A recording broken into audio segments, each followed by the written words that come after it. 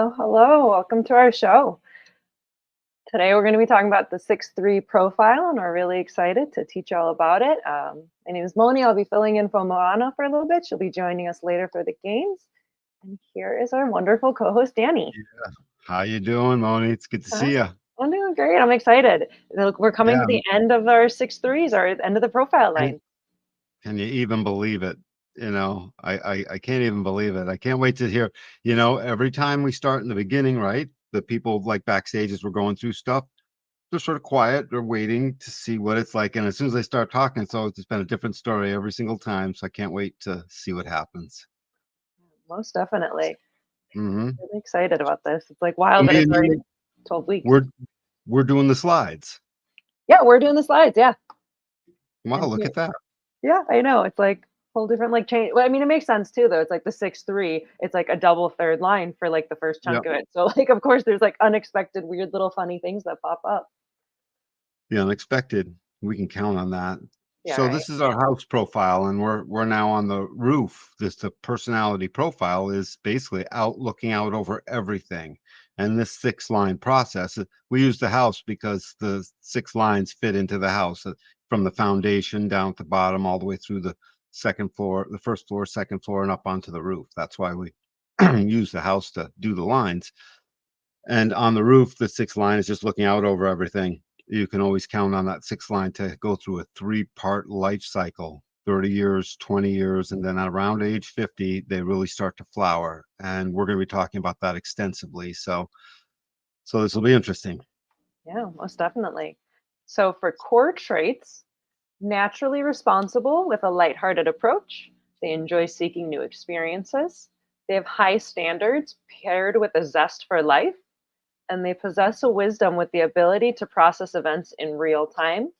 And finally, balancing desire for freedom with a love of stability. Yeah, that processing wisdom with the ability to process events in real time. That's very much that 3rd line theme, I think. Hmm. Yep, absolutely. Can you elaborate on that? Yeah, well, it's because the 3rd line theme is the most mutative. And so, of course, the wisdom comes from the trial and try this and try that. It comes from the first 28 years with a double sustainment, personal motivation, essentially to sustain at whatever the creative moment is. And so, knock them down, they get back up. Knock them down, they get back up. So, of course, they're going to have processed many events. And when you do that enough, you process in real time. Fascinating. Interesting. Yeah, I was thinking about like that sixth line having that like zoomed out perspective, right? That like mountaintop perspective. Yeah, well, that 6 line also, I mean, until they're about 40 or 45, that 6 line is still remembering its 3rd line days, so they're gonna get a mix, and after that, depending on where they evolve in their way, but absolutely, it's that double 3rd line phase that does it. Fascinating. All right, next up, learning and authority. Embrace experiences without needing justification. Trust in your intuition and follow enjoyment. Recognize that all experiences provide valuable lessons. Avoid over explaining decisions and rely on your internal guidance. And finally, focus on enriching life and embracing adventures. The embracing adventure thing is something that embrace it, but as you enter your 6 line phase, don't miss it in case it's not because it'll keep showing up. It just won't be like it was in those first 28 to 30 years of your life. Um, and then you'll really get it at that point. It'll make much more sense as the objectivity starts to really set in.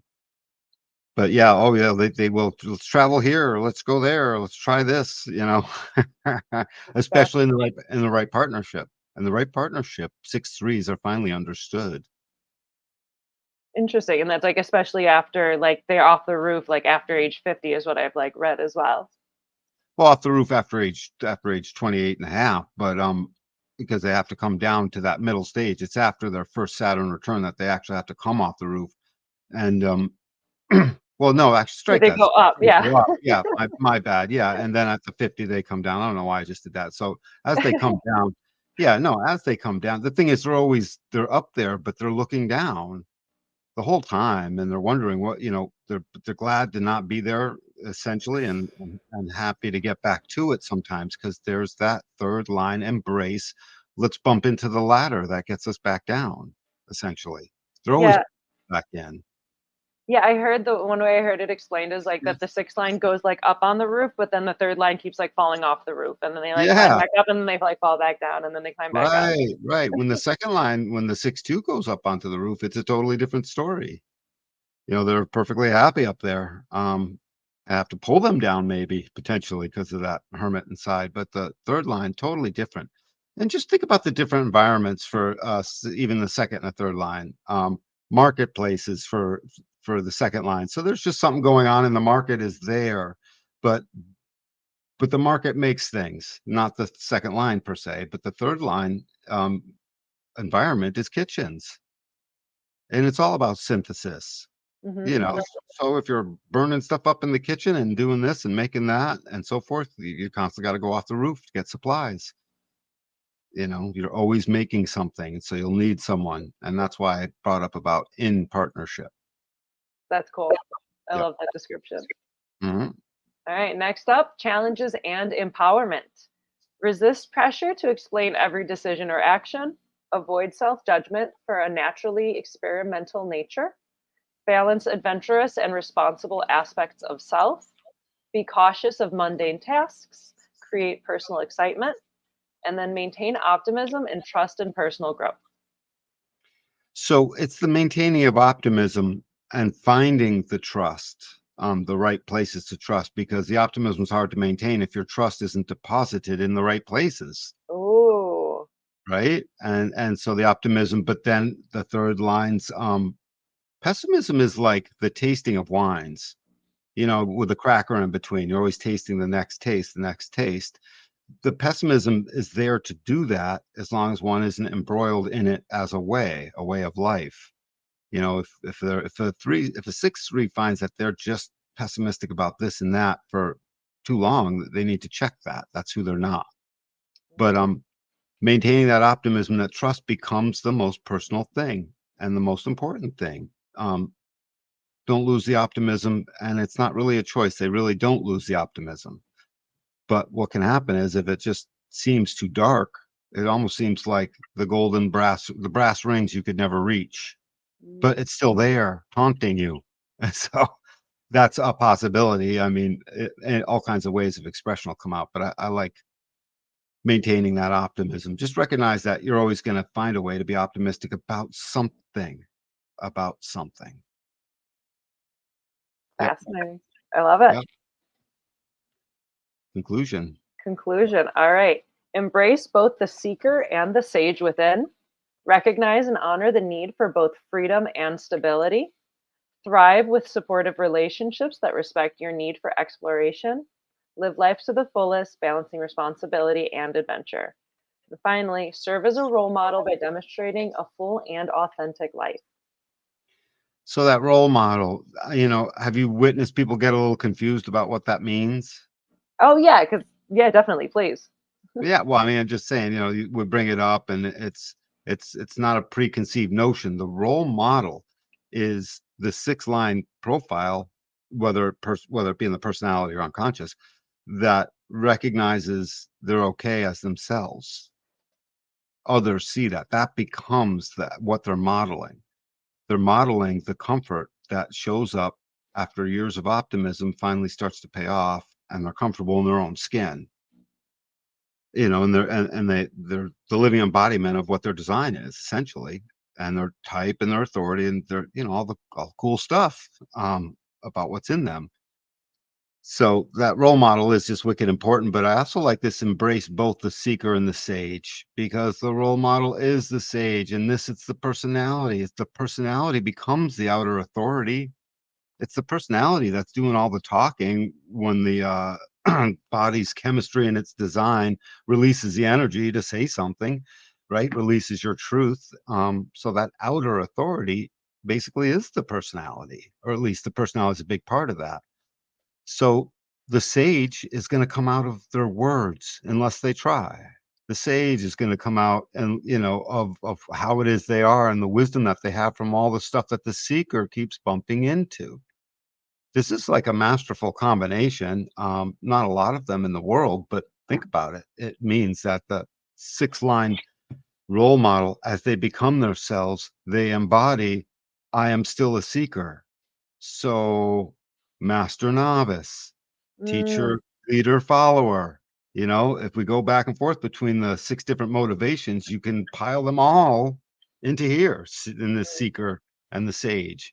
Let the sage come out. It comes out as others come to you. Let the seeker bump out. You are the seeker going out to others. So you're both.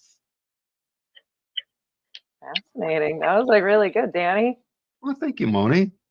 All right. We also had a question pop up from Untamable Fire. I also asked them to clarify it a little bit because it might be a little funny, but you might be able to like help us through.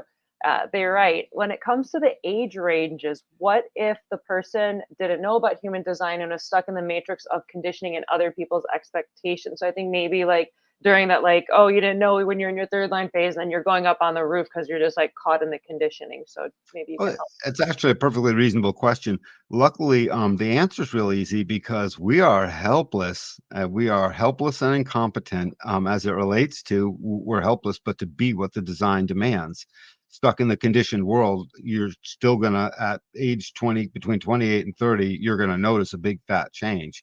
Between 30 and 50, you're gonna recognize you went to school. By the time you're 50, you're gonna want to be flowering essentially into this design that you truly are, um, and it brings a lot of other people with it. So you're there regardless. You could have noticed right at the moment and been like, "What's happening?" And you'd still be at that point. The chemistry takes you there. It's not our choice. Cool. And then they also followed up, which is really perfect. Good. If this type is adventurous but could not seek adventure because adventure was seen as flaky or flighty, how would they have been able to tap into that part of themselves if they were living according to social family expectations for the first 28 years? They would have found ways because listen, I noticed. So the not self and the self. The not self is ubiquitous, right? It's inside of all of us. No one gets out alive. We all have our hang-ups as we decondition. We see them, we laugh at them. So uh, but we also have our true self, and it's there all the time. We're constantly being ourselves, but it's so peppered with the not self, it all feels not self, right? Because it's like something's wrong. Um, so because they are themselves many, many times, you'd find it in all these mundane ways. You would be seeking within your constraints. You're literally seeking the next cool new book, seeking the next cool new topic. Whatever it is, if you have whatever your hobbies were, the things you did, this particular seeker will go out and buy a bunch of woodworking equipment because they seek to work with wood, whatever it is. So it'll be 100 different things you would have been seeking within your business environment, wherever it is you went to work. If you had some kind of a day job or were in a social work environment, you would have been seeking who are they in that work environment? Are they meeting up with this optimism that I want to live out? And are they for me? Are they, all this measurement would be happening. So you'd be seeking in the more mundane way.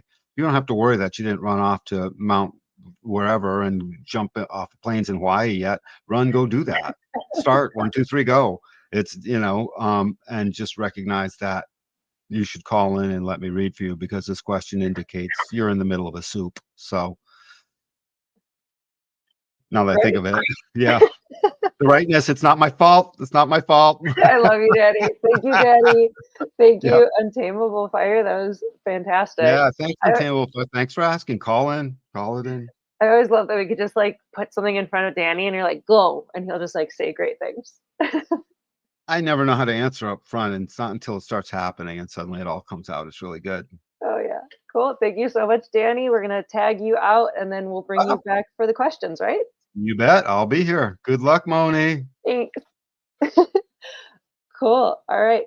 First up, Makamai, right? I said it right. I think you're muted. I'm here. Welcome, welcome. Thank you. Happy to be here. Thank you, thank you. Do you have anything you want to share with our viewers, or I don't know if you have like socials or anything, just say hello, introduce yourself a little bit. Oh, I don't have a prepared intro. I don't You think don't need mine's much. okay. 6'3" emotional generator, cross of individualism. Yes, and I've been in my experiment approximately 4-ish years. Yeah, that's Perfect. Yeah. All right, perfect.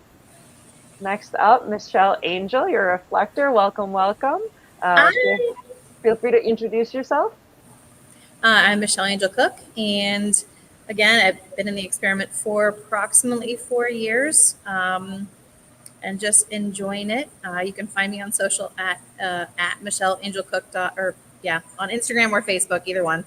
Cool. Website, all the things. Yeah, all the internet things. Perfect. Thank you so much. All right, we're going to bring up Ashley, our manifesting generator for the show. Welcome. Feel free to introduce yourself. Hi, thank you. Like she said, I'm Ashley, 6'3" manifesting generator, cross of revolution. I don't know what else to say. I don't have anything to share. Just That's here what to more hang than out. good enough. Happy to have you, and I like your pink. Thank you. All right, next up we have Robin, our emotional manifester. Welcome. And Hi. Yes, as you said, I'm Robin, emotional manifester. I'm left angle cross of individualism. And yeah, happy to be here. Excited to talk to some fellow 6'3s. Fun. How exciting. And then we have our reflector, but I don't see that her screen is on. So I don't know if I should be bringing her on or if I should maybe give her a few minutes. And maybe we'll just get started with bingo, and then when she pops on. Oh, you came back. Hi. No, I'm a projector. Yeah. Oh, you're a projector. I'm sorry. My apologies. This is I Michelle. apologize for the delay. Thank you. Hi. So No, you're super fine. You're like perfectly on time. I'm just nervous. Okay. Oh no, it's all good. So I'm Michelle. I'm a 6'3" emotional projector, left angle cross of mask. I'm a little new to human design. I heard about it a long time ago, but I'm in and out of studying and stuff. Yeah, and I'm a mixed media artist. So my socials on Twitch and Instagram and TikTok is Michelle's Minis. And yeah, hello. That's it. Fantastic. Welcome. And then if you guys want, feel free, if you want to share your socials on the private chat, and then we'll share it on the chat for the stream. Perfect. If I could add one thing. Yes, please. Before it flits out of my brain. For any other 6'3s, we do have a group that's just for 6'3s. There are some groups that are open to other types and profile, or not types, but profiles.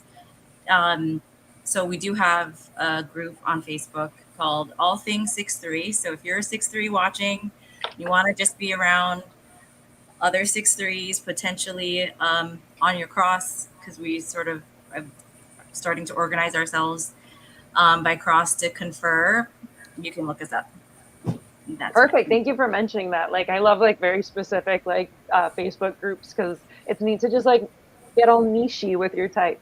So thank you for sharing that, Makame. Cool. You guys ready for bingo? All right. So with this, just anyone that pops up, if you have it on your card, mark it. And then if you relate to it, feel free to share about it or a little chit chatty. And then we'll see who wins first, but I think we're all winners. So first up, we have embraces change.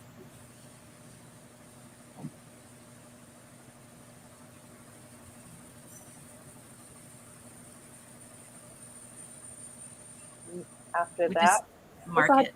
Yeah, mark it on your little card, and then if you want to like, I totally relate to that, and like share a story, feel free, but don't feel like you have to like make something up. But feel free to like chit chatty. This is kind of like our little icebreaker, and like the more chatty you guys are, the more we get to know you, and the more fun it is. Then you're like, oh my god, we're so similar. Like I don't relate at all.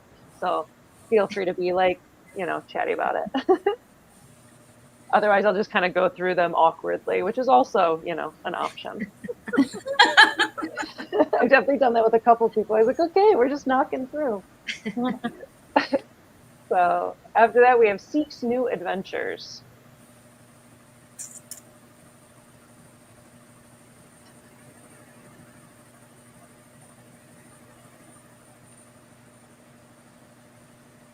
I don't think that's on my card. Yeah, not all of them will be there, but I just wanted to like make sure I said it, because last time with the 6-2s, they weren't sure if they could only like mark it on their card if they related to it. And I was like, no, just if it's on the card. So I just okay. yeah. I thought that too. Yeah, exactly. Yeah, no, mark it. If it's on your card, it counts as your little like bingo button. And then it. if you want to chat about it on the stream, feel free.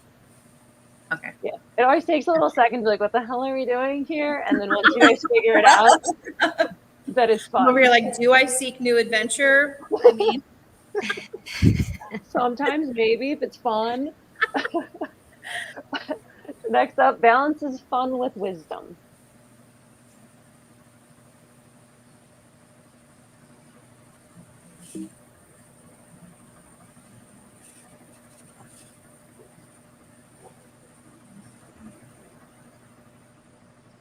After that, we have feels restless with routine.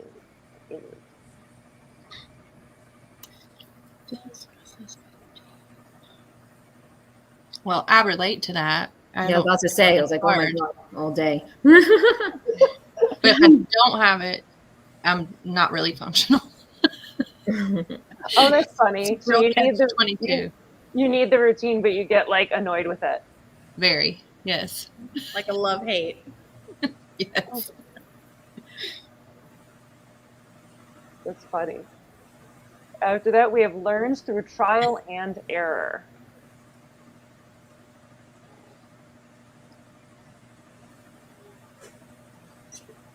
Like that's like all you guys have for the first 30 years, just bumping into everything. And it burns. It burns. After that, we have trusts intuition.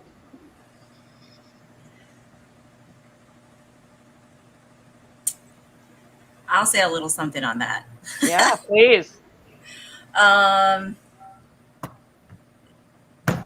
That was something that I needed to post Saturn return.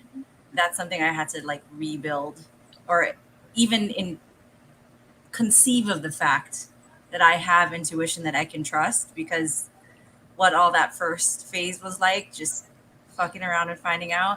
So like, what do you mean intuition? Look at the shit I found myself in. Like, how can I possibly trust my intuition? But you know, it's another story now. Post Saturn return, and for me, post Uranus opposition. So that's a journey, and that's what I'll say about that. It's such a fascinating insight that I've never considered. Like, how could you feel like you could trust your intuition if you just bounced into everything and then that developing? Thank you so much for sharing that. Super cool. Next up, we have prefers hands-on experiences.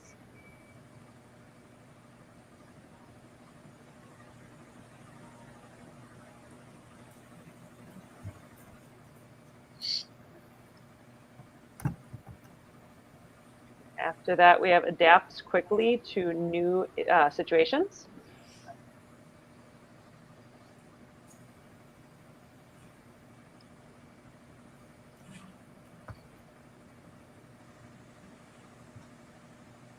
And from there, we have juggles multiple interests. Oh my goodness. I'm a jack of all trades, master of none. Totally. Yeah. And I'm an MG on top of the 6'3", so That doesn't end. Yeah. it's just chaos over here. Yeah, that was probably around about year 2 where I was like, you hear about, you know, MGs just juggling all the things. And I was like, I'm not that, but I feel like I'm that. That 3-line energy will have you doing all the things. So, yep. That's so great. I love when there's like finally one that like, oh my God, that's totally it. Like that's always like, I love that. Or what was it? I think it was like the 2 5s or the 5 2s. They all had like like in unison groan over one. Like, it was great. After that, we have acts on a whim. Oh, I used to before I turned 30, and then I'm terrified to do that ever again after what I done. I'm like, never mind, it's okay. Like, it's in my heart, but I'm like, I don't think I will do that again. Yeah. It's funny. I feel like the next one is a good follow-up. It loves spontaneous decisions. Except not the emotional ones. The emotional types would have to like wait that one out, I suppose. Yeah. I think that's my husband's least favorite one. That's funny. He's Mine too. Mine too, honestly. But usually I end up regretting it now because I will make a spontaneous decision and then I get there and I'm like, people. right. And I don't I'm actually serious. enjoy them as much as I did at one point. I do, but I still want to be apart from them. You like the idea of them. You're like, this could be so great. And then you're like, wait, humans. Oh, I was so optimistic. Right. Yes. I signed up for like 3 things this weekend, and he's like, you know, that's a lot of things and a lot of peopling. I'm like, I know, but they all sounded fun at different times. So now I'm peopling all weekend long, which I'm just like, oh gosh. Feel free to like hide in your car and lay down for a minute. That's what I do. Yes. I'm like, I'll be back in like 20 minutes. Bye. The bathroom. Yeah, exactly. Next up, seeks deep connections.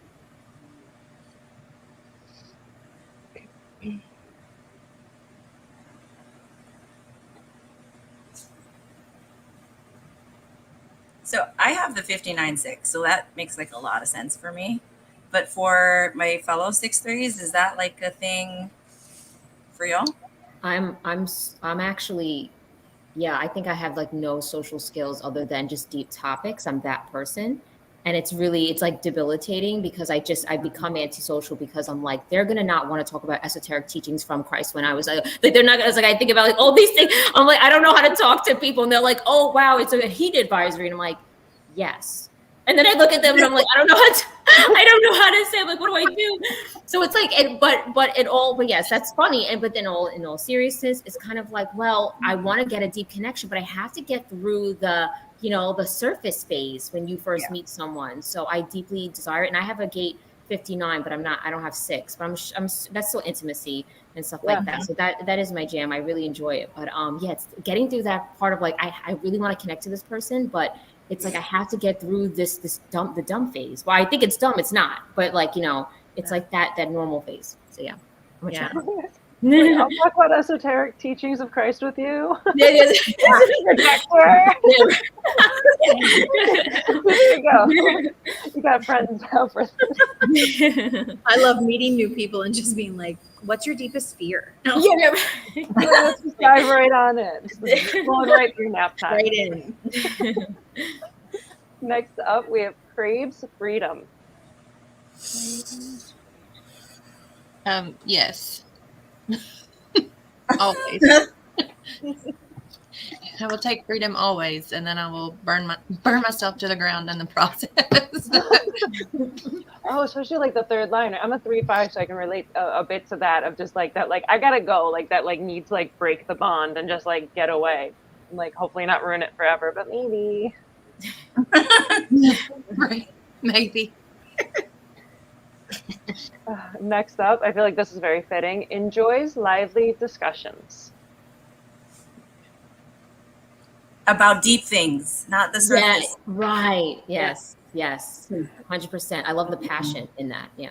It's so fun because we also have a commenter who's been relating to like everything that you've been saying and all the things that are popping up. And so Whole Heart Awakening is that person. They also wrote, there are other topics besides esoteric. Yeah. I think that's another 6-3. I think that's Jared from our group. Oh, perfect. They seemed like they were like one of y'all. Your type. Next up, we have has a playful spirit. Oh my goodness. Yes. I still go to the swing set. Like I'm 35 years old. I have to. I'm at the park. I do. I'm like 35 and I go to the swing sets. I have to play on this. Like I have to all the time. Like I don't even need a party. I don't need alcohol, but I do need to be playful in every activity I do. Like I hate the mundane routine. Routine helps me, but I have to make it interesting. I got to make it fun. I got to joking around with my kids during the mundane, boring task. It's like everything has to be, but not a joke, because obviously I can get deep and serious, but I have to add play. Like play is like my bread and butter. Also, I'm a projector, so it's like that's like your definition of success or something like that, right? So, but yeah. So sweetness. Are we tasting sweetness or bitterness is the one way. Like I heard a friend explain it. I was like, that's so good. Wow, it's a great question. I ask myself, I should do that. Right. And it is your 6-3 ego manifester, Jared, which is fun. Yes. I'm an ego projector, so I have a warm spot for ego manifestors. I bought a squishmallow yesterday at Costco. I was like, my kids have squishmallows. I'm getting one for myself. Oh, Guys, yeah. I got a Tamagotchi because I'm 12. Okay, so that's why. like I just saw it online. I was like, I gotta get this, and I'm just on this Tamagotchi all day. It's just I had to do it. I remember sitting, I had like the Gigapet, which was like the other 90s version of that. And I remember like in the 4th grade, like sitting at my desk feeding this thing all day. It's so Love it. silly. All right. Well, I guess this fits. Fears boredom. Yeah. Yes. Always. I don't fear it as much as I once did. I feel like in the first phase, it was much more like I have to go do something all the time. But like, I still sometimes I'm like, I have to go do something. Like, I don't like to just be stagnant. It feels like stagnant to me. Especially as a manifesting generator, I'd imagine like eventually you guys just like gotta go generate something. Yeah. So that makes sense. It's usually a mess. I live with one. We love you guys. Next up, also fitting, needs variety.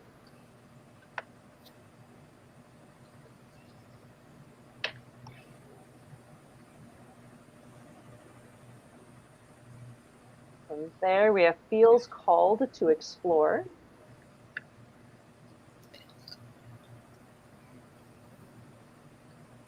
Do I say bingo?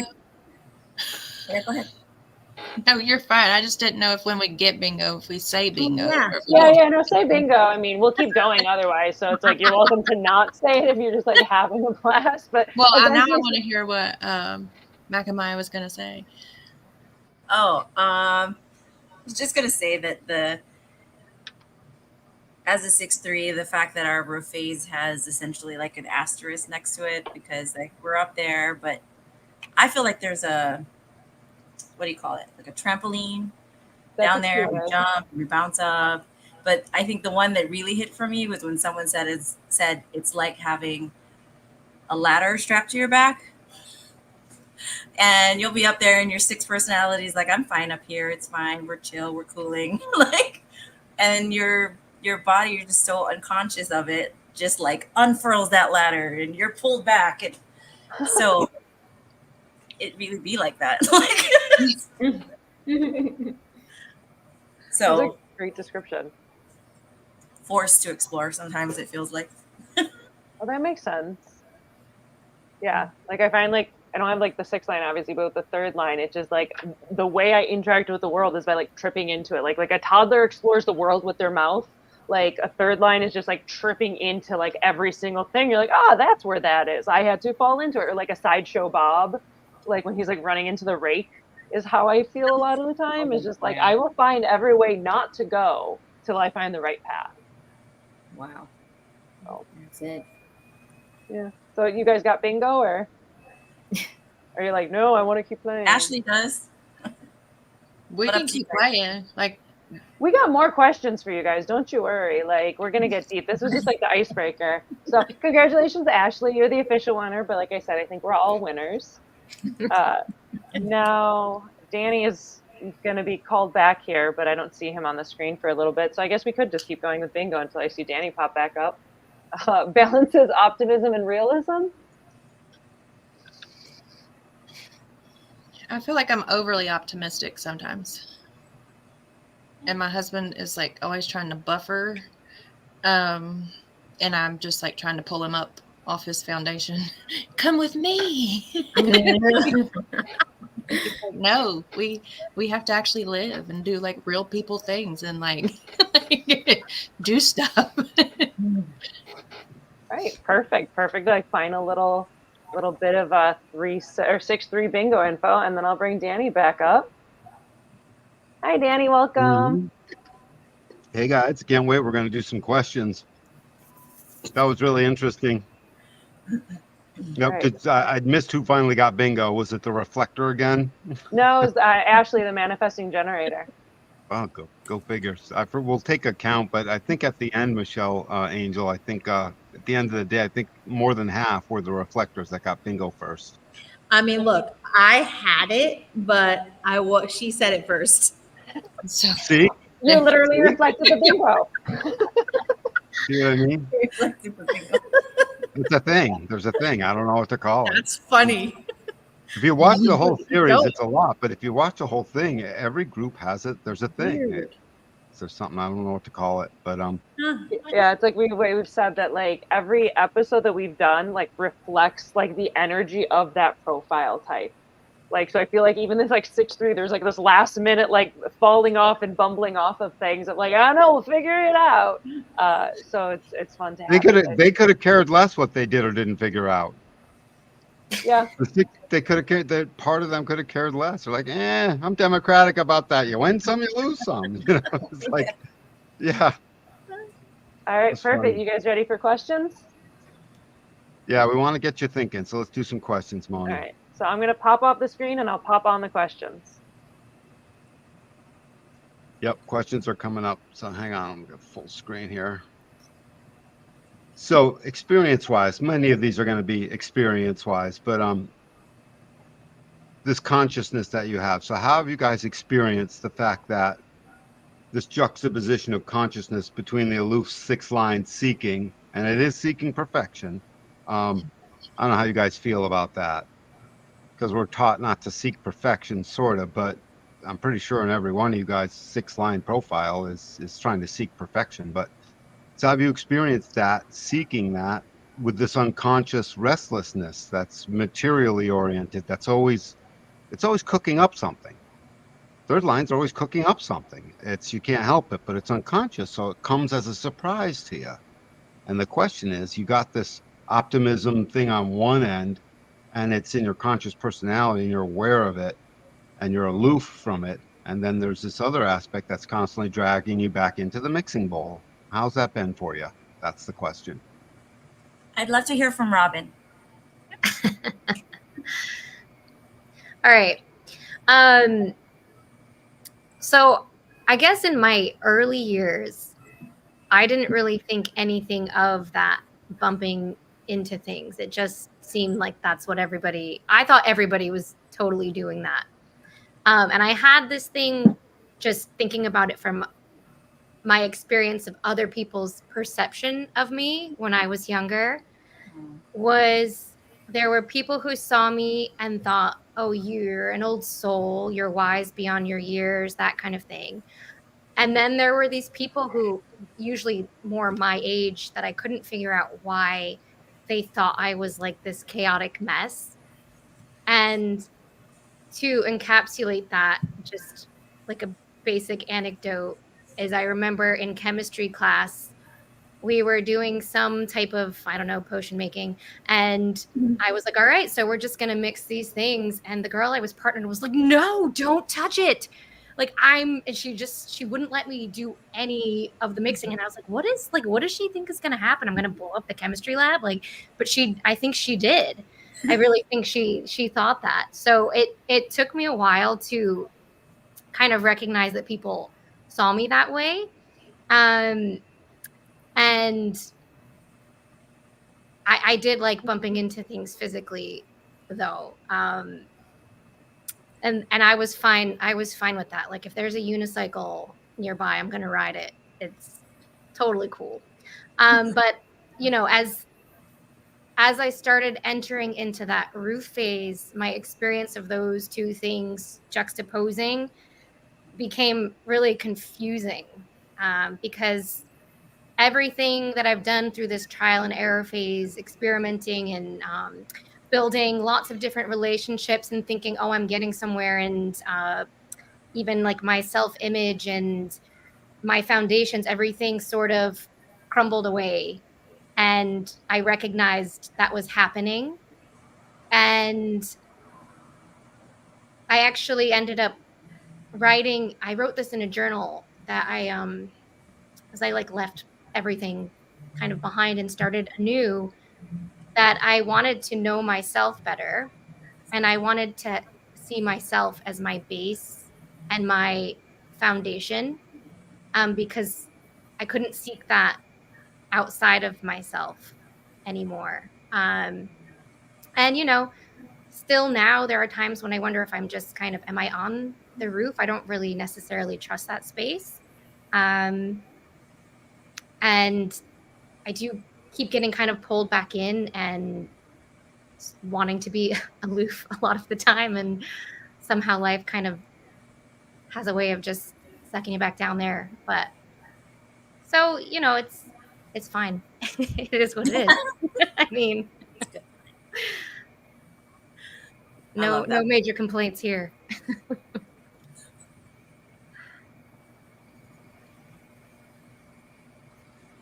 Somebody else clear the air. Reflector, Michelle, maybe. I don't know. I think I've definitely experienced the, the duality of both. And I think I just started to live by this mantra was like, it's the only thing better than perfect is done. Otherwise, nothing, I wouldn't complete anything in my life. I had remodel projects going on. I had like, half-ass journaling done. I'm like, you know what? I keep trying to be perfect. It's nothing is going to get done. And so I'm like, I'm going to get that on a shirt. Like, just to remind myself that, done is better than perfect. So That's a really good one. Hmm. I like that a lot. Because all I would say to this is that it doesn't work. yeah, It doesn't work. The perfection seeking, which is absolutely there, and the mutative restless, it doesn't work. Yeah. That's all. Yeah. It doesn't work. It just doesn't work.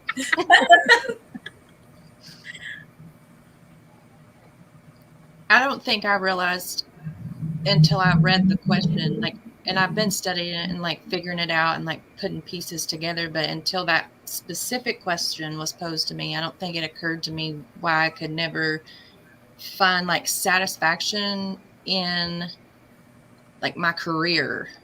Like, and it clicked that that's the thing. Like I have settled in all the other areas and I'm cool with it. Like, but my career drives me crazy. Like, and it doesn't matter which one it is. That's what I'm getting at. Like, it's not just that I'm teaching now or whatever it is. Like and I think I want that perfection piece in it.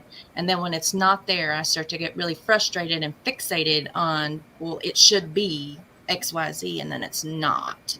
And that really gets extremely frustrating. But now I'm fleshing it out because somebody posed a great question that I could finally see.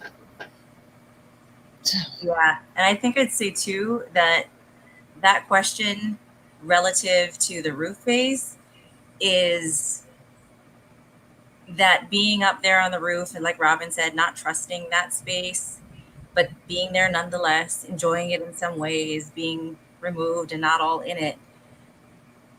There's this conscious, like that perfection seeking, right? That's like, okay, well, I know I'm going to bounce down. I'm going to do some things. And I think maybe I can choose. Maybe I could choose. And like this will be the time that's worth it.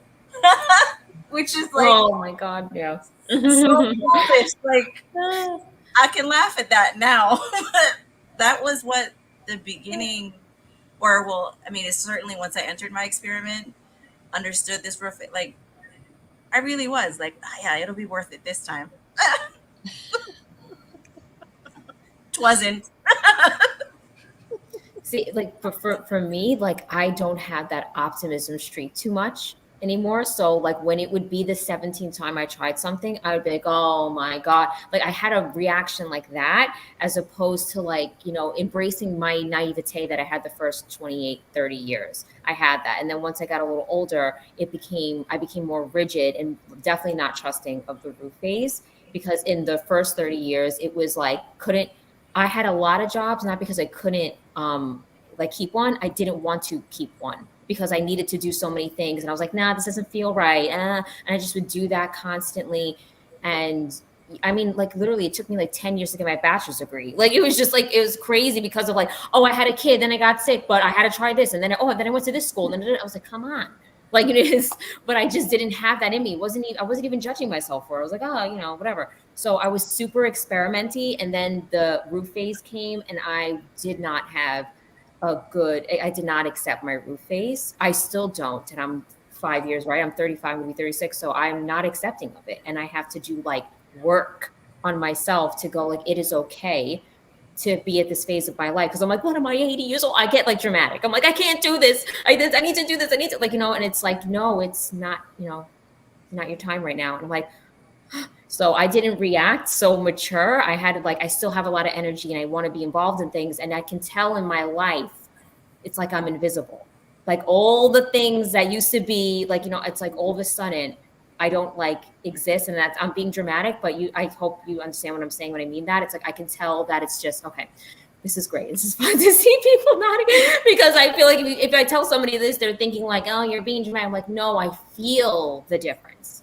And I can see it by how I'm observing things. So, yeah, that was my experience. I feel like always, and to add on to when it comes to perfection, I also reacted in a way where if I couldn't do it the way that I knew was my highest potential, because I could do it so great, then I wouldn't even try.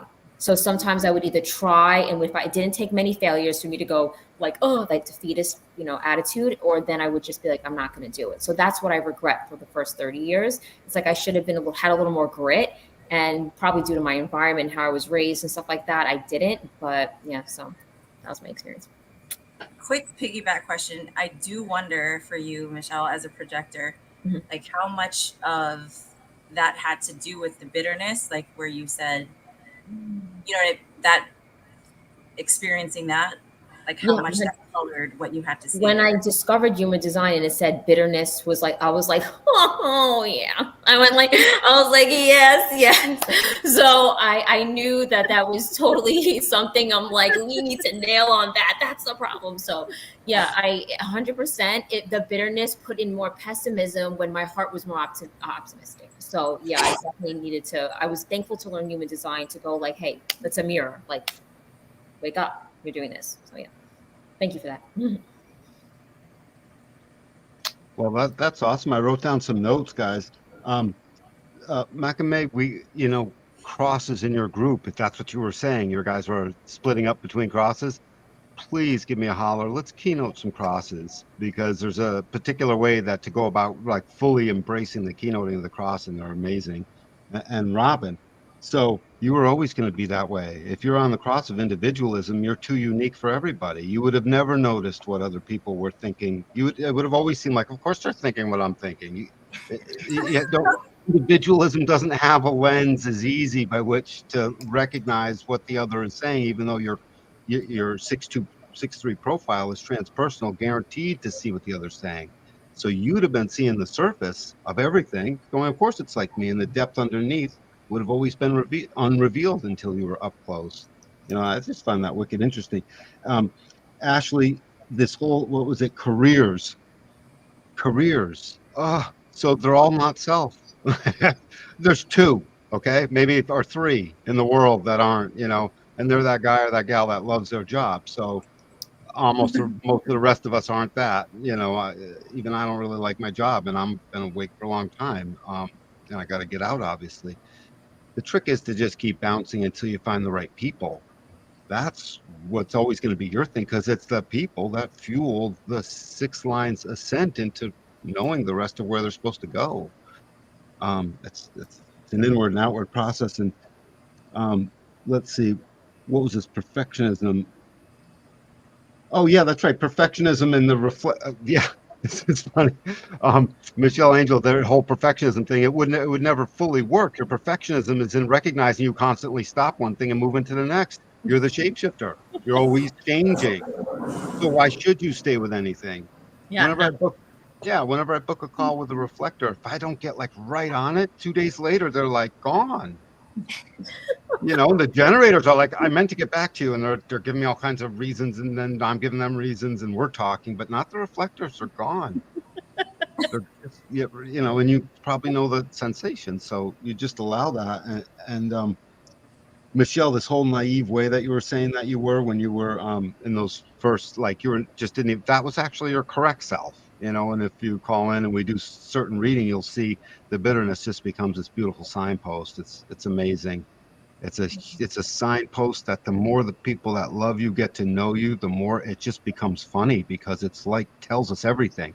Something's not right in Denmark, is what if you got a boyfriend or a husband or something like that, he's got to get to the point of like, oh God, something's amiss. Because it's not just you that's feeling it. It's part of the whole environment, you know.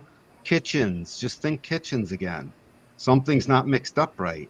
It may just be personal, but plenty of times it's not. So it's just a good thing. So I love these things. This is working out great. Definitely I want to keynote some crosses. I desperately want to, so give me a call. Okay, so curious about my view as a I'm curious. Oh, this is someone's question. I thought this was my question to you guys. Wholehearted Awakening says, I'm curious about my view, the role of a 6-3 to bring in what has never been while connecting with a world that often finds comfort in old. Yeah, yeah, thoughts. Do you guys mind if I answer this? Yeah, so this is a process. You still keep doing what you're doing, and the whole trick is do it and lean into it. Literally, you already want to, according to this question, the way it's worded. This is something you want to do. So you're not going to find your tribe until you keep doing this and weed out the ones that think you're weird. Because as you wake up, you're going to lose friends. As you wake up, some people will think you're weird. It's just it's shocking to be yourself because you're supposed to be like everyone else. That's the old way. Hopefully that answers your question. Lean into that thing. That's what you do about it and just keep being yourself. So next question for you guys. Do you find your reprieve on the roof?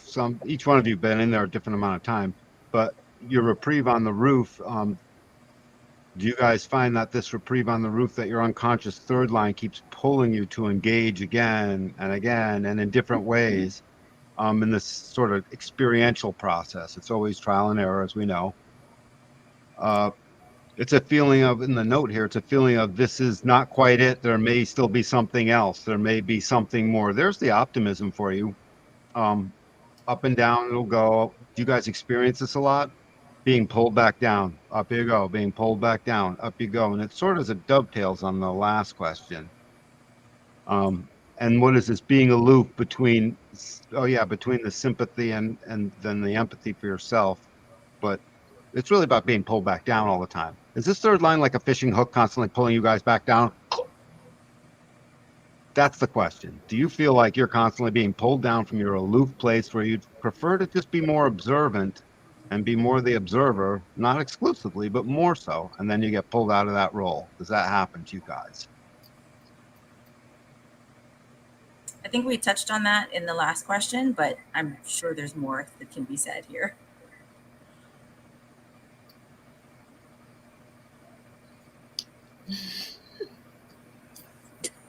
I'm processing in my brain as I'm like, yeah.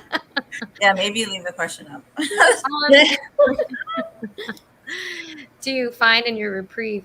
I mean, for me, it's like, that feeling of, I don't know, you finally get into like a hot bath ready to soak and like the fire alarm goes off or something and you have to jump back out and you're just like, but can I just hang out? Is that okay? Is it really a fire or can I just stay here?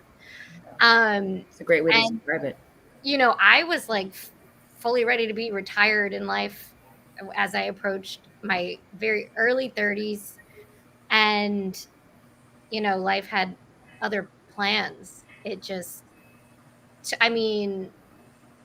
in a weird, way, I kind of was like homeless for 2 years. And it was weird because I had money and I had a job and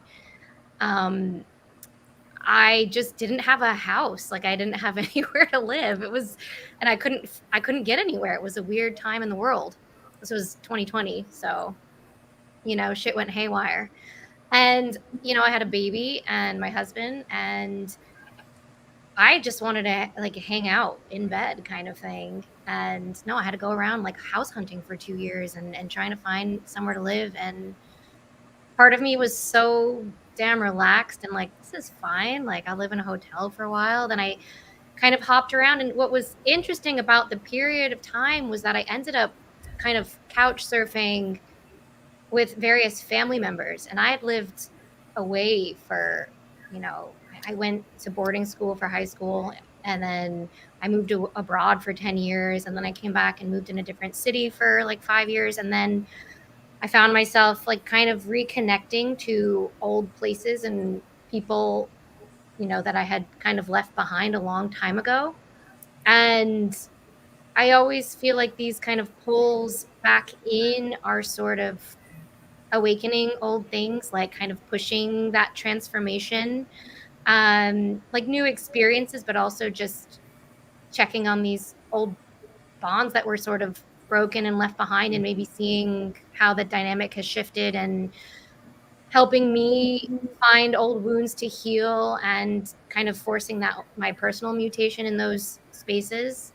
um yeah, as much as I love to sit around doing nothing a lot of the time, I find, that I'm always pulled in. And I don't know if you guys feel this too, but like, I think, Makama, you were kind of saying there's like, you could pick almost the things that you kind of get pulled into, or, choose to go into. And I observe the difference is, even though I'm there in it, I'm also, it's a different space. And Michelle, I feel like you were kind of saying this before too. I'm sort of notice my feelings of engagement. It's different. I'm watching it on the periphery. Like, I'm there in it, but I'm actually just on the periphery, sort of experiencing it, but also just witnessing it. And I feel like I take those things to take back with me when I go back up onto the roof to sort of integrate more.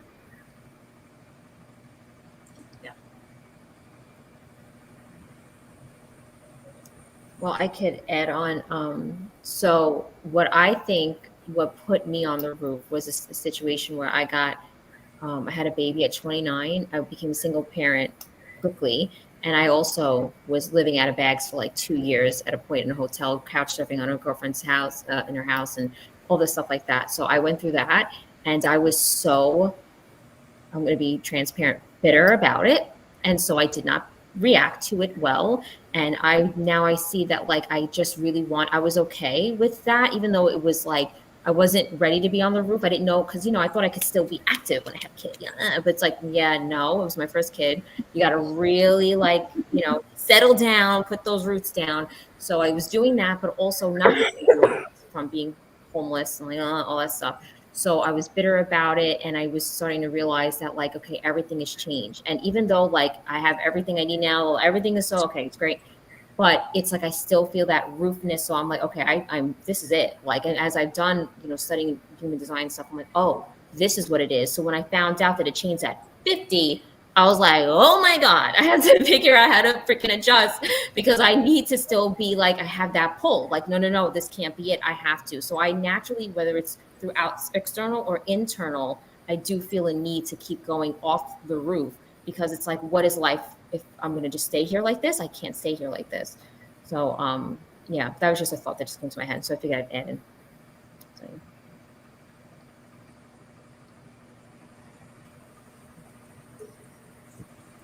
I'd say for me, having been up here on the roof for a while, I'm closer to coming off the roof than I am to having gotten up here. I've experienced this distinct shift from, like, having gone through my Uranus opposition, which was very much like turning to goo. That's all it's just, I just felt like I turned into goo. And that's all. I don't know how to explain it any better than that. But I can see now, retrospectively, that prior to that, I definitely had that very palpable, like, I like it up here. This is cool.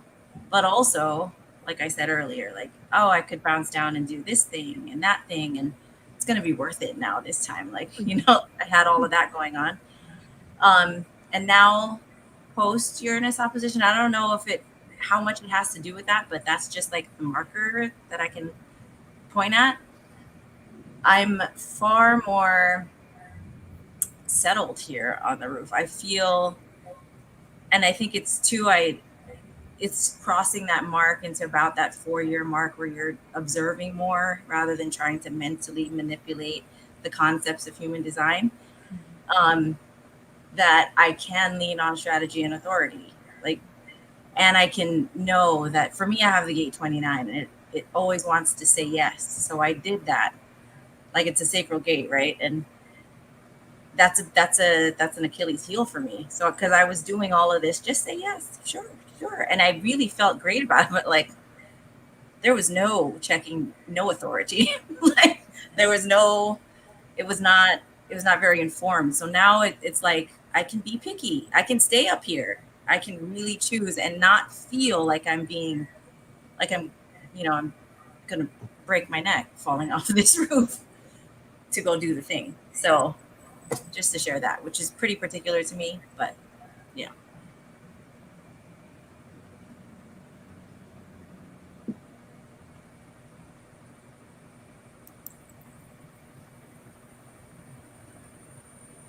Hark, Yondani. The fish in the fishbowl. I'm kept here. I don't touch any of the buttons, so I'm at the mercy of all the buttons. It's kind of funny that way. All right. The moving back and forth, and not just pessimism, optimism, because the truth of the matter is there are 6 roles, 8 profiling gates. And so it's really, do you guys experience a moving back and forth, or is it more that you really stay more one way with the essence of the other ever present? Is I guess how I'd want to rephrase this question a little bit.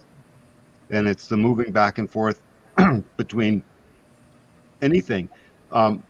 Think of the creative output, sustainment, and then just objectivity. So what's the creative role of objectivity? It's like, well, it's very personal. It's like the it's like the 6-line motivation of the personality. It's just personal. Innocence, essentially, is what I mean to say. So one is sustaining and grinding away, wants, and the other one is personal. It sort of waits. It's life of wants, life of waits. How about role in interaction with others? You've got the anarchist. It's like, this isn't working, I'm tearing it down. You've all experienced, fuck this, I'm tearing it down, whatever. And we've all had our various things with that. And then suddenly, now you're the administrator. Well, let's put it all in order and just see how it runs, type thing. Objective about all of that. So back and forth. Pick another one if we want to do another one, because the pessimism is a limited perspective. But even the bonding strategy, one is like, oh, dive into that. Rob would call it the kamikaze, the third line, because it would just suddenly make new life. Oops, we have a new baby. Didn't expect that combination. Yeah. Oops, that's funny. Exactly Right? And then the 6 line, like, what were you going to say, Jill? No, I'm saying that's what happened to me. I was like, oh, whoopsie, we have a new baby. Okay. Oops, we have a new baby. Yeah. Right, and a different one. Oh, we mixed a tall guy with this skinny girl. We did this with that. You know what I mean? Just like mixing it up. That's the third line, mixes a gene pool, like the bread kneader mixes the bread, more than the other lines. But even in mating, because you've got one side on the roof is aloof, and the other side is like the kamikaze that just sort of swoops in. Something's got you smiling your ass off too, Michelle. Michelle Reflector. I'm not sure what it is, but then the 6th line with mine is just the going back and forth. I do a lot of like life coaching, and I have these thoughts. I'm like, oh my gosh, I want to work with everyone and save them, and then I'm like, everyone's on their own journey.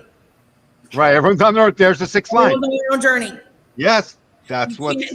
You don't need. No one needs fixed. They're not broken. They're fine. They're just choosing. They're in their power, right? They'll let me know. And they're not going to listen anyway. Right. Anyways, I'll get a text message is where you can put it if you're on the 6th line. Save them all. No, they're on their own journey. Right, and they're both correct for you. It's sometimes you're in the save them all mode, and so you'll spend a few hours at that. That's fine. So that is the back and forth. So talk about the back and forth, and I'll bounce out. I mean, I don't know where to start with it, just that I feel like constantly that's what I do in everything, back and forth. So I'm going to let I y'all. thought I had to go to therapy for that. I thought there was something wrong with me. I was like, oh, I need to fix this. You know, Yeah. I didn't know this was a 60 there. I'm like, I didn't know that much. Like, oh, yeah, the same way. Yeah. My husband's like, well, you'll wake up tomorrow and it'll be different. We joke like, that there's 17 personalities in here. And I'm like, it is. It's like we wake up and it's like Wow. spinning a wheel of fortune. And it's like, who's here today? And how do they feel about it today? Right? Yeah, 100%. This is not on topic, but the thing that had me cracking up about what Danny said. Oh yeah, I want to know that. Like the third line, what did he say? Like mixing the gene pool, which as a mom of 4, a generator with this 59.6, the channel of reproduction, that took me to a mom place relative to my kids. Like, that's just funny. What we are doing is 3 mutated line unconsciously in our body. The choicelessness of it all.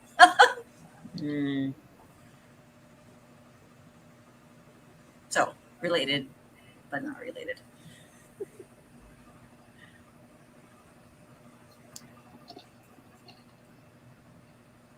So back and forth y'all go. That's interesting. I'm glad you guys see it. And yeah, there's nothing wrong with you. I can't tell you how many times people go off to see a talk doctor of some sort, and it's like, dude, you're perfect. It's like we were born perfect. Just remember that, you know.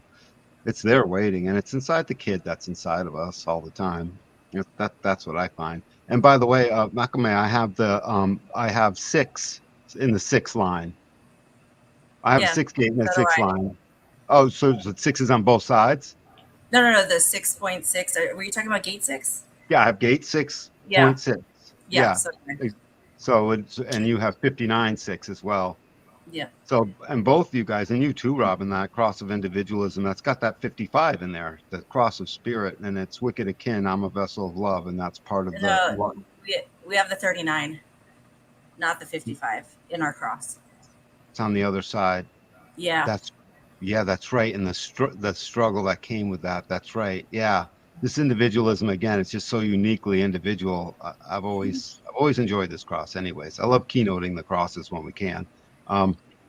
So looks like the last question. So how have you guys experienced your partner bonding strategies of soulmate or not? I mean, because it's an important one. And the older you get, the younger you are, the more it doesn't matter. Let's knock boots type thing. You know, let's find out, in other words. But the older you are, the more the 6 line refines that. Well, I've got a little checklist, the 6 line might say, you know. And if you guys are mostly all married anyways, then you know, it's sort of too late to ask that in certain ways. But still, you're always yearning for soulmate or not. And there's where the perfectionism starts to sort of come in, is helping to mold that. And then along with this bonds made and broken. So, and along with this looking for the soulmate, this bonding strategy comes what with that? It also comes not just bonds made and broken, but it would be easy to not notice that you're not supposed to break the bond necessarily permanently. It's just break the bond to go out and get ice cream for the afternoon. You know, didn't have to break up forever type thing. You know, didn't need to whatever. So just this needing support in a relationship with the people who you can trust and sort of let you break the bond. Have they let you break the bond? But just with these two things, and we've been so focused on this juxtaposition here, you guys, because you guys are the ultimate juxtaposition. After you, we come back to the 1-3. You guys are the omega. They're the alpha and the omega, because the 1-3 starts it, you guys end it, and here they are right next to each other on the wheel, you know, in the circle of it all. So soulmate or not, how does that strike you? And then bonds made and broken, how does that hit you? So talk about these two aspects showing up in your guys's, you know, intimate careers on this planet, or just bonding careers, really. I could very simply just start with soulmate or not, bullshit. Like, I call bullshit. And I'm sure, okay, I will admit there's some coloring of oh, we lost somebody. Okay. Hi. I don't know how much I missed because Danny was talking, and then I was like, "What's happening?" And then I don't know how much I missed. Sorry. You're good. You'll end up folded in for sure.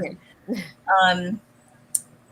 Pessimism, I guess, over. So I've been married and I no longer am. And so I've been through the making bonds and really with finality breaking a bond. And I guess what I would say that in getting this question from Juana and like reflecting on it, I very clearly, very acutely, very sort of, just very clearly saw how much I was in the throes of conditioning, which then even chemically, for what I said earlier, as a generator with the 59.6, the channel of reproduction, I was gonna have kids. Like other girls were dreaming of their boyfriends and what their engagement would look like and what their wedding would look like. I was dreaming of babies. Like, so I was so in that conditioning that to me it was yes, it was soulmate or not. Like I approach all kinds of relationships that way, not just intimate ones. Like, are we gonna really be something deep and profound, or are we not? And if we aren't, that's cool. If we are, let's go. So, but to really see that, I didn't see it as an option. Like I thought relationships, and I don't know how much of this was like cultural conditioning where I come from. Like, yeah, it's normal to spend 24 hours a day, or every moment that you can be together. I thought that was normal. And like he said, like Danny said, with like a checklist, now I'm like, yo, if we're gonna do anything, like we're gonna have time apart. Like we're not doing that. It was so, I'm just saying, like, I just see how stark it was, like how unhealthy that was, and how much I was in a whole nother program, versus now. So that's what I would say about it. Can I ask what phase that happened for you? That shift? Like, where were you in your? In this, on the roof. On the roof. For sure, I was already on the roof that I had that shift. Yeah.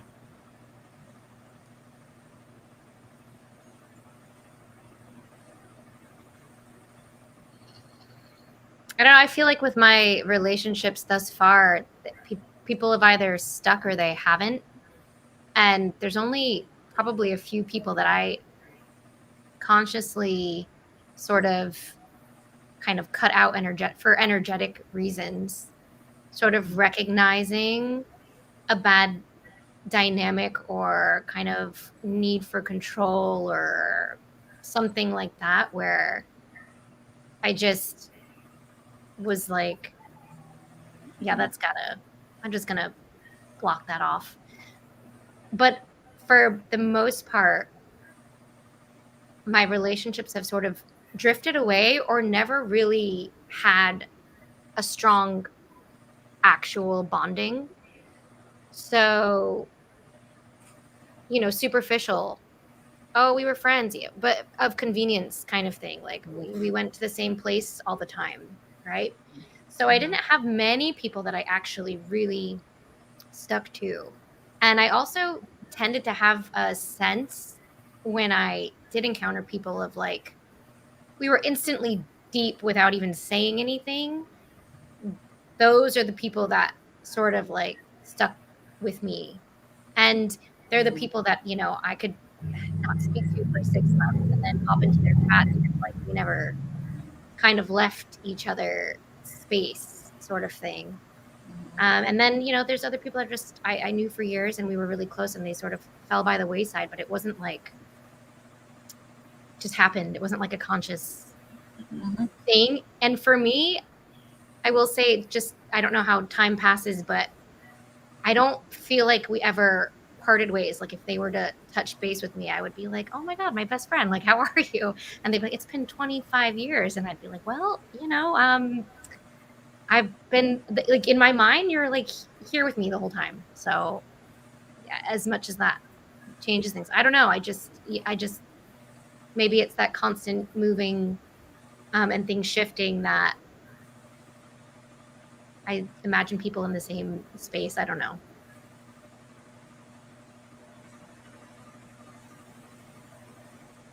I can keep going. I have had relationships with people close to me where something wasn't working, and maybe as I kind of grew and developed, there was a recognition that, this could be the end if it doesn't change, if there's no kind of shift here, and we've gone apart. And for whatever reason, when we came back together, it was like, okay, this is different now. And there's been some type of shift and a recognition of, like, if you kind of abuse my energy or my presence or kind of step over that kind of line, it's just not going to work. If you're going to try and control me or my process or how I move about in my life, like, it's just not going to work. Yeah, I've had a lot of that, and I didn't know that was 6-3 related. Again, I thought that was something that I needed to work on myself, or that was a shortcoming of myself. But I always experienced in and out with relationships, and not because they were unstable, but because they were breaching a boundary that was really like, I can't do this, and then I would have to cut them off. Now I literally am cut off happy, to the point where people are like, you're avoidant, and I'm like, meanwhile I was like seriously anxious, like, for a long time, and I was like, I'm avoidant. But I think I just like, the checklist, being strict with the boundaries, a cut off happy, I don't care who you are. It's that I just learned, because when I was younger, or first 30 years, because it really was till I was about 31 that I started to like grow up in that way with relationships. It was like, yeah, I didn't care if that person was right for me or in alignment with me. He, we jive, so let's just do this, like whatever. Like I did not care about the consequences, and I did not care about what was going to come after, because I'm so present. I'm so just in it. And then once that ended, I, due to like, I guess it was the roof, because all of a sudden it was like, just, I'm so consequence oriented now, that I'm a little less I'm more in my not self a lot nowadays. And I'm not as innocent and naive. I'm not as like, I used to be on a whim and present and like, just go and let's try, because I've just seen what that has done. And I'm like, I'll never forget it. So I'm still working through the kinks of staying true to my being in the self, the true self of me, while dealing with these relationships, because I always wanted to get married since I was like 16 years old. I was literally like, I'm from New York. Who wants to get married around here? It was like unheard of. And I just always knew I wanted to have my soulmate, my perfect person. And I just thought that, again, that was something I needed to fix. Like, I didn't know this was a part of my design.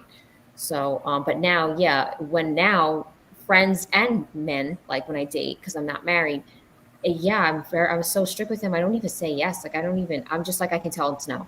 Like, I used to just be like, oh, it was so easy. And I would just get into these long-term relationships with guys that I knew weren't the one. So but I just did it anyway. And now it's like, I won't even give people a chance. It's like, I could just tell, because I could just tell.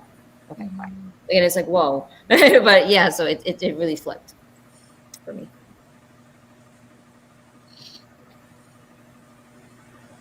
What do you think, Michelle Angel? I don't know. I think I lost the question.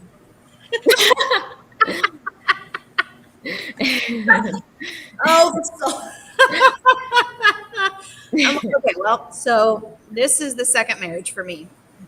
And I always say, I'm like, after this one, I'm done. When he passes, it's over. I'm done with the whole thing. And so I guess the biggest thing that it reminds me of is when we first got married, and I booked a vacation, or it was kind of a vacation. It was like a trip by myself. And I was like, yeah, I leave, blah, blah, blah. And he was shook. And he's like, what do you mean? And he's like, I'm not going with you. And I'm like, no, what? No, what do you, did we not discuss this prior to marriage? Clearly not. And so I was, and he was so many things, all the emotions. He's like, "You're just gonna leave me here? Like, where are you going? Where are you going with?" And I was just like, "Well, my friend, we're going to LA. We're gonna spend a couple days, and I'll be back." And he was just like, "Absolutely not." Now I'm like, "Whoa, this isn't gonna work." This was not something I thought we needed to discuss pre-marriage. Like, I thought this was just normal for everyone. They just did things, you know what I mean, by themselves. And so, and now fast forward 20 years, he now knows that I have my like yearly vacation by myself. And half the time I just go and sit in a cabin at a campground that's like closed for the season. And I just have my week of time. And so Love it. so yeah, it's, you know, he's come around, but that first was a bit of a shocker for him. I do think that, I mean, maybe that's a sixth line thing, or I'm not sure, but it's just like, I'm not asking anybody for permission, and like trying to cohabitate and maintain relationships and be mutually respectful. And until human design, I had a lot of, I don't want to make it sound like our relationship was terrible. It wasn't, but we had a lot of disagreements because his questions just hit me funny until I realized he needed those because he has a 1 line and I'm a 6 line. And I'm like, I'm just doing whatever I want, whenever I feel like it. And he just needs the answers to feel secure. And to me, that was like, it felt demeaning, or like, I can't really even explain it. It was just like, how dare you ask me such a thing? Like, why would you even need that information? Yeah. Like, it's just so silly. It didn't really even matter what it was. Just, Yeah. are you questioning me? Mm-hmm. Do y'all feel like that? Have you ever, like, is that like the same thing? Is that? I knew a 5-1, and yeah, that I felt like that, and I just thought that I just felt so disrespected. But now I see like it was just that's the way he ticks. Not a big deal. You know what I mean? Yeah, and that's helped a tremendous amount. Is just knowing, like, it wasn't personal. It wasn't personal. It wasn't an attack. Yeah. Chill out. Right. The amount of onboarding that my husband requires, I'm just like, oh, it's exhausting. You know, just the amount. Just like, do you want me to answer these questions, or are you just talking? I felt like my head was in a pressure vice. I was like, oh my God, okay. Like, yeah, it was a lot. I met my. Oh, sorry. Go ahead. I was going to say, I met my husband when I was 18, and I feel he just sticks around. He doesn't ever go. I'm fine with it, but it's just funny because through all of my kind of trial and error and doing all these things and whatever, you know, we sort of the relationship, the communication is an experiment a lot of the time that we bump into and, you know, fumble around like, what the hell is going on? But it's also kind of great because it's like, so far I haven't reached that place where it's like a cutting off point of like, oh, you just burned that bridge for the last time. Like, so I feel totally comfortable when he's like asking me all these questions. I'm like, I'm literally I'm not listening anymore, but also do not ask me another question today. Like, I don't care if it's what's for dinner. I don't want to hear it. I can't stop it. And he's like, yep, all right. And he gets it. And, you know, as a manifester as well, some of the questions sometimes, especially about what I'm doing and my, you know, what's going on. And I'm just, you know, and then I get the like, you're really angry. And I'm like, yes, it's happening. It's time for you to walk away. So, yeah, I feel you. Yeah. I think the only thing I wanted to say, and then I'll be quiet, is I did agree when Makamai said she called bullshit on the soulmate or not, because I don't think it was like, oh, it's my soul. I think it's still something that, like, we bond and we have bonds because and it feels good. I mean, like bonding, like being with someone who understands, who has a third line like I do, but it's not necessarily, at least in the way I was conditioned to think about soulmate or not, it didn't like initially click like that. We both bonded, ironically enough, just because we started a relationship at trial and error, and then, oh, let's have a baby, right?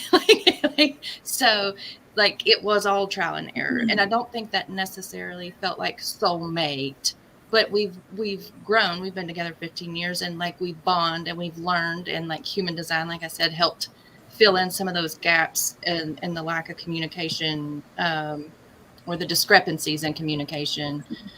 And that's made it a lot better. I still think it's, for me, it feels like something you kind of got to still put effort into, whereas soulmate just feels like, oh, it's whimsical and here we are and everything's lovely and we just, we're together and it's just perfect. And I don't know, even though I don't feel like that exists, but I could be wrong. Yeah. Maybe that's my pessimism. I don't know. My soulmate tried to kill me, so there's that. Oh, well, I just I mean, I love the like maniacal laughter. I'm sorry. yeah. Not like more emotionally and mentally, but oh yeah, I go through that every day. Like trying to kill my soul. Yeah. That was the first marriage, and then I was like, all right, we need to do a complete 180 and pick someone that is the exact opposite of said soulmate. And so it was like new guy, completely different characteristics, which this part is super crazy. Have you guys ever taken the charts of your exes and done the comparison, you know what I mean, and seen what your chart? Mine with my ex looks almost the exact same as mine with my current husband, even though they're completely different types of profiles. They connect the same gates for me. It's so I'm clearly I have an energetic type, evidently. Well, so that's what I was going to say is like, so then when you step into human design and you have this lens to look at things mechanically, right? So then that's where sort of, for me anyway, I sort of call, that's one of the bases on which I call bullshit on the soulmate or not, right? Because you can see where mechanically, all right, if you're split definition, they bridge you and you think bridging is the best thing since sliced bread, but really it fucking isn't. And so this person can look like there's connotations to soulmate societally, and then what the mechanics actually look like.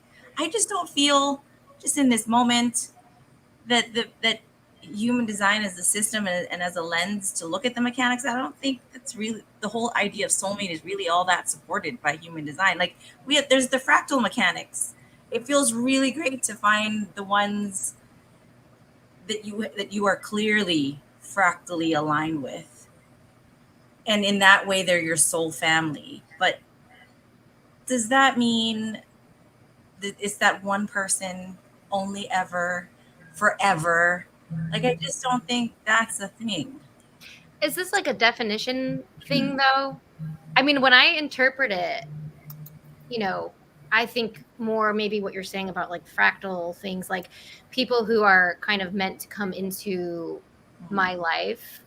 And, Danny was talking about this with like the career stuff. When you're in with the right people in that type of environment, not just like on a romantic level, but with like people who are there and support your process, and you kind of get to witness this amazing like functioning of your team, or maybe even like a penta or something. And you really get to be yourself in that space. I feel like I've encountered people who I just knew, didn't know how, didn't know why, didn't know when, were going to be involved in my life in a bigger way that really propelled my soul into a different space and changed, not my outlook or anything, but just helped me come into more alignment with myself, and also allowed me to have impact on them in a big way because I was able to do that. And obviously not consciously, but then, you know, people come back to you and say something, and it's like, I didn't know that was happening. And, you know, there's where I feel like these people were meant to be in that phase of my life or whatever. And they've, you know, like all of the bricks that built me up to who I am, they're in there. They're part of me forever in that sense. Yep. And, you know, this is just an aside to that with my partner. I mean, I don't know if when I've heard a lot about people being on the roof, and then when they are kind of through that phase, you know, they get remarried or divorced or whatever. And so I don't know what my future holds, but I do know that I was really not interested in most people that I met, especially on a romantic level, until I met my husband, and there was this instant kinship. And I don't know, you know, I don't think of soulmate as being like there's nothing to work on, nothing to do, and it's just going to be a fairy tale, but there is a sense of connection there. And that could be like electromagnetics or, you know, different parts of the chart. Someone could look at our charts together and see if, you know, like, oh no, that's just those two like gates connecting or something like that. I don't know. But there was certainly an underlying understanding and feeling that I would almost put down to more, I don't know, like cognition, you know, like, you know, like for me, like, okay, I know who I want to eat with and who I don't want to eat with, that kind of thing. I know who I want to have a meal with. And, you know, there's some times where I physically am like, I can't eat here with these people or looking at that person, like for no particular reason. I just, this is also kind of weird. Like I tried like dating around people, this is like in high school, and it would be just as like really simple as like holding hands, and it would be like I can't get their sweat like off of my hand, like I can't shake this feeling. And that's when I was like, no, okay, like I know where I don't. And so it was sort of like, you know, years later, and then I met my husband, and I was like, yep. And I didn't know why. I mean, we hadn't even barely spoken. There was just, you know, an open seat there, and that was it. So I don't know, maybe that's my optimism speaking, and maybe I'll circle back to pessimism later when I'm filing for divorce in 10 years. Don't jinx it. You never know. I'm really curious, Robin. I've been watching you speak, and I'm really leaning towards 1222, but it could be 3635. But may I ask, is it either of those two channels? My emotional channel is a 3635, and I have the 12. I do have the 12, but I don't have the 22. Well, the 12 speaks to your holding off on everyone. That thing's just sheer caution, and it's supposed to be. It's caution. You know, it saved you more than not. This whole conversation was so enlightening. The 6-line soulmate is not the fairy tale soulmate. It's the person that everyone wants. And by the way, it's not the gates. It's going to be in what I'm about to describe. It'll be in gates too, but I suspect that's not the primary driver. It's the soulmate. If you think about it, the soulmate is just the person that conditions the other or knows to recognize the other, that lets them be themselves. So you're teaching us all of this over and over again. And as we go through life and keep bumping into 6-line people, there's four different profiles that will have you that way. Is that right? Yeah, 2, 4, 2. So 3, 6, 4, 6. Yeah. So when we keep bumping into them, they are the ones that then show us what this is about. Even if energetically we get the rest of the answer from a like profile. I'm a 2-4 and I run into a 3-5 or someone totally different. We're getting that information from you guys in the constant mixing. And then the bonds made and broken part is literally what ends up teaching us the very same thing that ends up showing up with the soulmate. It becomes the foundation for it. That's all. I just wanted to say that making and breaking of bonds is really get to it sooner. I would always recommend get to it sooner, because if your mate doesn't let you, You want to know up front type thing, or a business partner or friends, or even whatever, any of those things. Because yeah, it's just about the temporary making and breaking and then remaking of the bonds or the total cut. Sometimes anarchies need it, I mean, somebody's a douche, they got to go, right? Or they're just no good, so. Anyways, Ashley, I knew it was Robin. I knew it was one of those two channels. I just couldn't totally decide which one, but it just struck me, and I thought I would ask. That was it. Does anyone have any questions, Moana? How you feeling, hon? How's the Yeah, things? Things are good. things are going. I was gonna say tag you out so these Dad, girlies can love you have guys. some Take it easy. games. Thank you, All right, Jenny. friends, are you ready to have some unhinged fun? Let's go, Moana. All right, I want to see the most unhinged shit I've seen from all the profiles because I kept predicting. I'm like, the 6-3s are gonna be Wild Town, so you got to experience a little bit of that because I was MIA most of the stream. But let's see if I can catch you up to speed because I don't know how much of how this works was told to you. So you're going to learn on the fly. Okay, so this is me teaching you on the fly. And I'm like, you guys are line 3s. You're going to bump into it. It's going to be fabulous. So you're going to take out your second devices and you are going to open your browser and go to this website, jackbox.tv. Then once you're there, you should see a little form. There, you put in this letter code. FOYN. So, Michelle, you are the VP. Or VIP, I should say. I can't speak. So, a VIP is going to be in charge of saying when everyone else is in. So, we're missing... There we go. So, Michelle, the VIP, you have the button that says everyone's in. Is everyone in? Yes. Okay. Got it. So, you're going to be answering some unhinged questions, and the game will tell you the rest. Enjoy. Game will tell me the rest. Okay. Hello there. Welcome aboard. My name is Schmitty. I'll be your host today. We know you have many choices when it comes to games. Is there like low audio? Yeah, it is low. It's low? Okay. This is the part that I'm like, shiza. I did not get to, what's the word? Sound test with you. So we're going to do this on the fly right now. Give me a moment to turn up your volume. Okay, let's get out.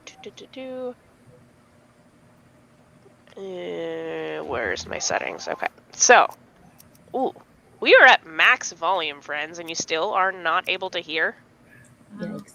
It was really low for me. Yeah.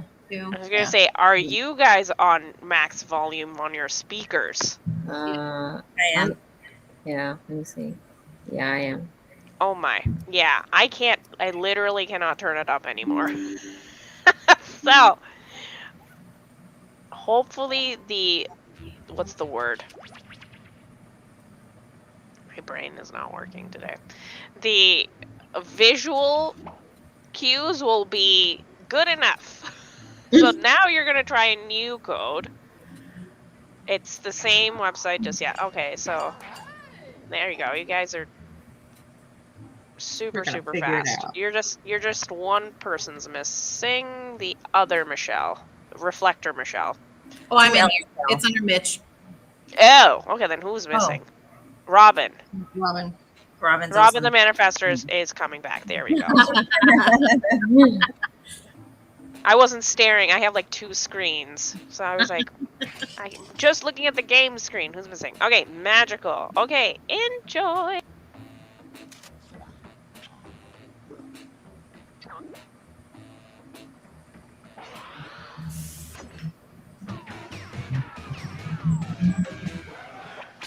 Hello there. Welcome aboard. My name is Schmitty, and I'll be your host today.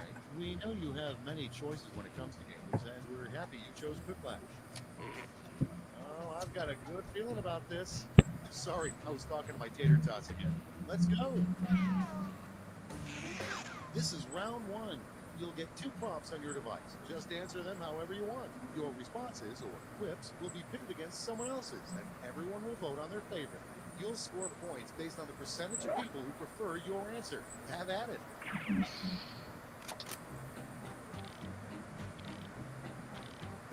To make a snowman. Oh God, I don't want to say something crazy. The whole point Oh. is to say crazy things. Please. No, do not restrict yourself. Okay, because I don't want people to be like, "Yo, she's crazy." It's like, well, you said. I'm split definition. This is. Got I'm kicked split out of too. the I didn't know that. I don't know. All right, let's see. I'm trying to get back in.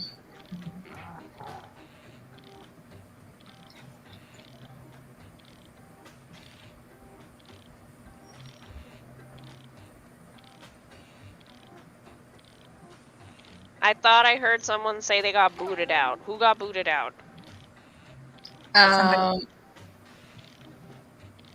It was me, but I came back in. Okay, you're in, but are you in as an audience member or are you in as a player? I don't know. It's asking me questions. Okay, perfect. You're a player. I was like, what is happening? Okay, it's time for some quiplashing. The first prompt is a terrible thing to sign on the cast of your friend's broken leg. Okay, everyone, vote for your favorite.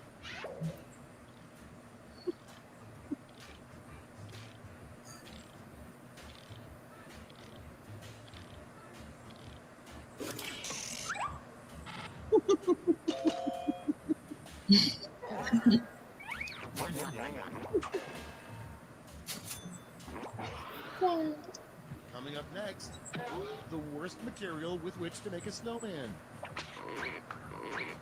Time to vote.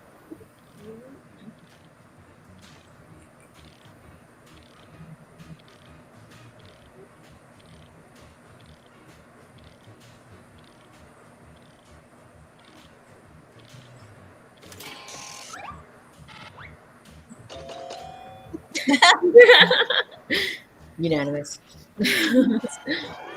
Now I can't get a meat snowman out of my head. And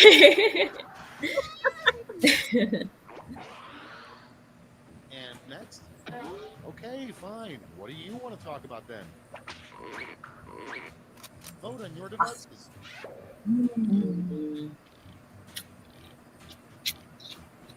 Oh man. Yeah.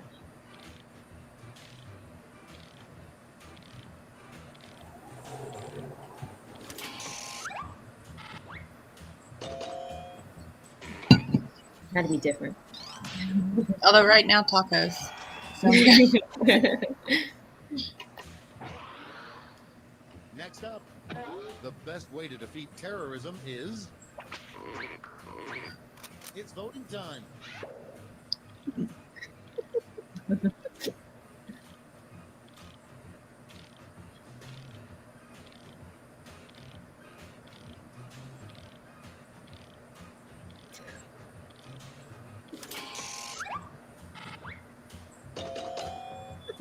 I can't.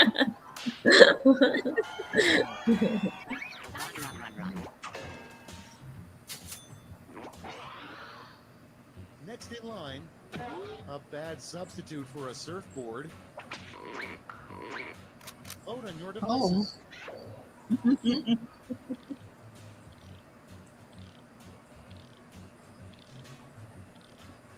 Oh, I should pick the other one. It makes more sense for the water.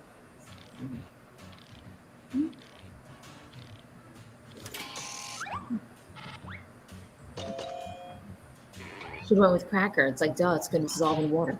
I'm from Hawaii, so I mean.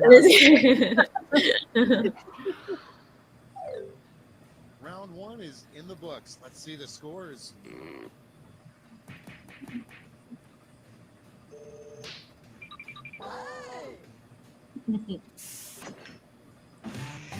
Now round two, where all points and bonuses are doubled. The drama.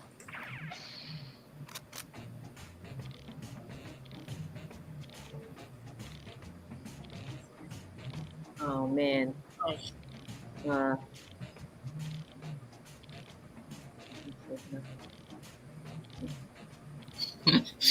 Uh,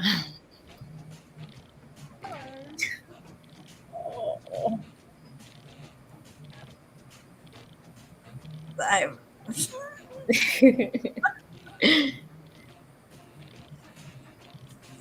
ah.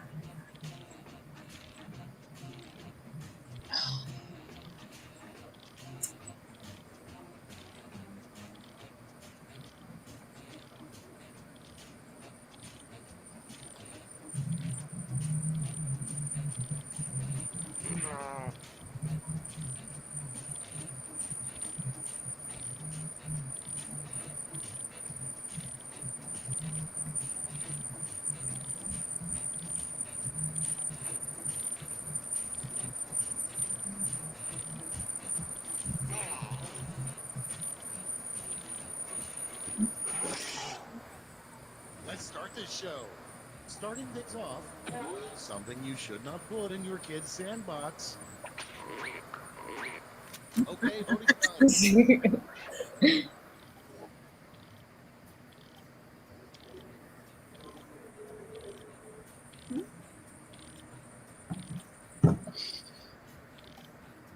They're both just as bad. It's like you can't. How do you pick?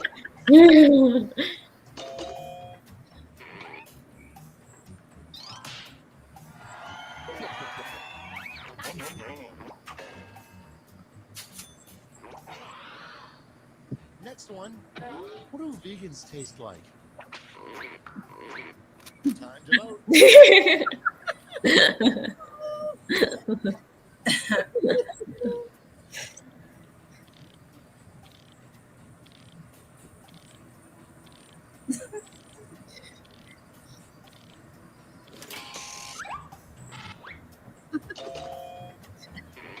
Are there any vegans here? No, I'm not. I just thought it was ironic, right? Because leather is an animal. It's like, okay. Okay, next one. The name of Jesus' 13th apostle. Vote on your devices. I'm about to. We were just talking about that earlier. It's so funny. Now I'm like, was there a thing?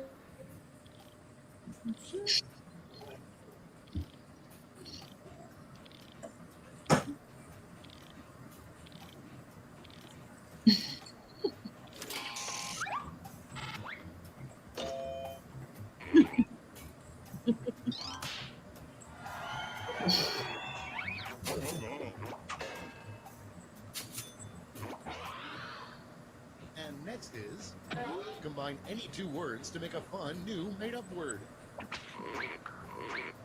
It's voting time.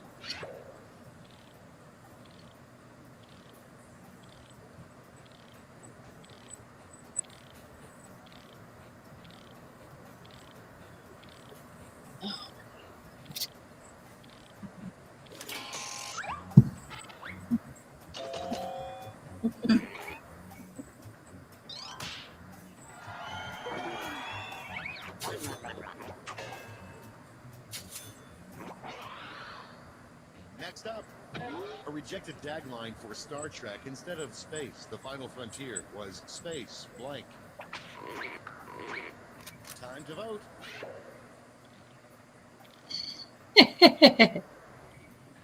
Okay, sorry, I lost contact.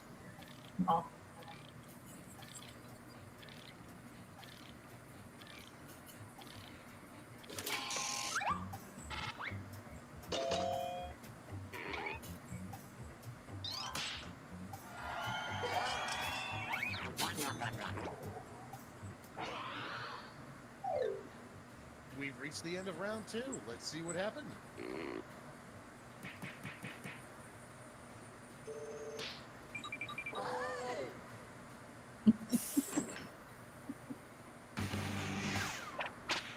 Welcome to the last lash, the final round. Stakes are triple. There's just one prompt, and you're all getting it. I wonder if anyone joined the audience. I just realized they could do that. Little known fact, over The audience can join? average person Yeah, like people accidentally can, eats other 10 legs. people watching can join the audience. Oh, I didn't know. Oh, wait. What? Uh,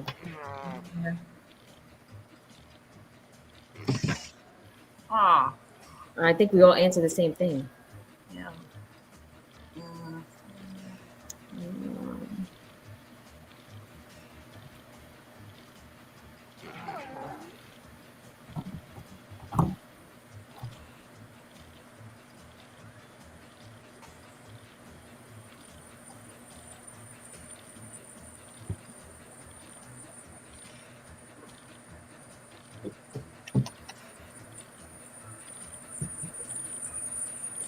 Um, Okay, soak it in.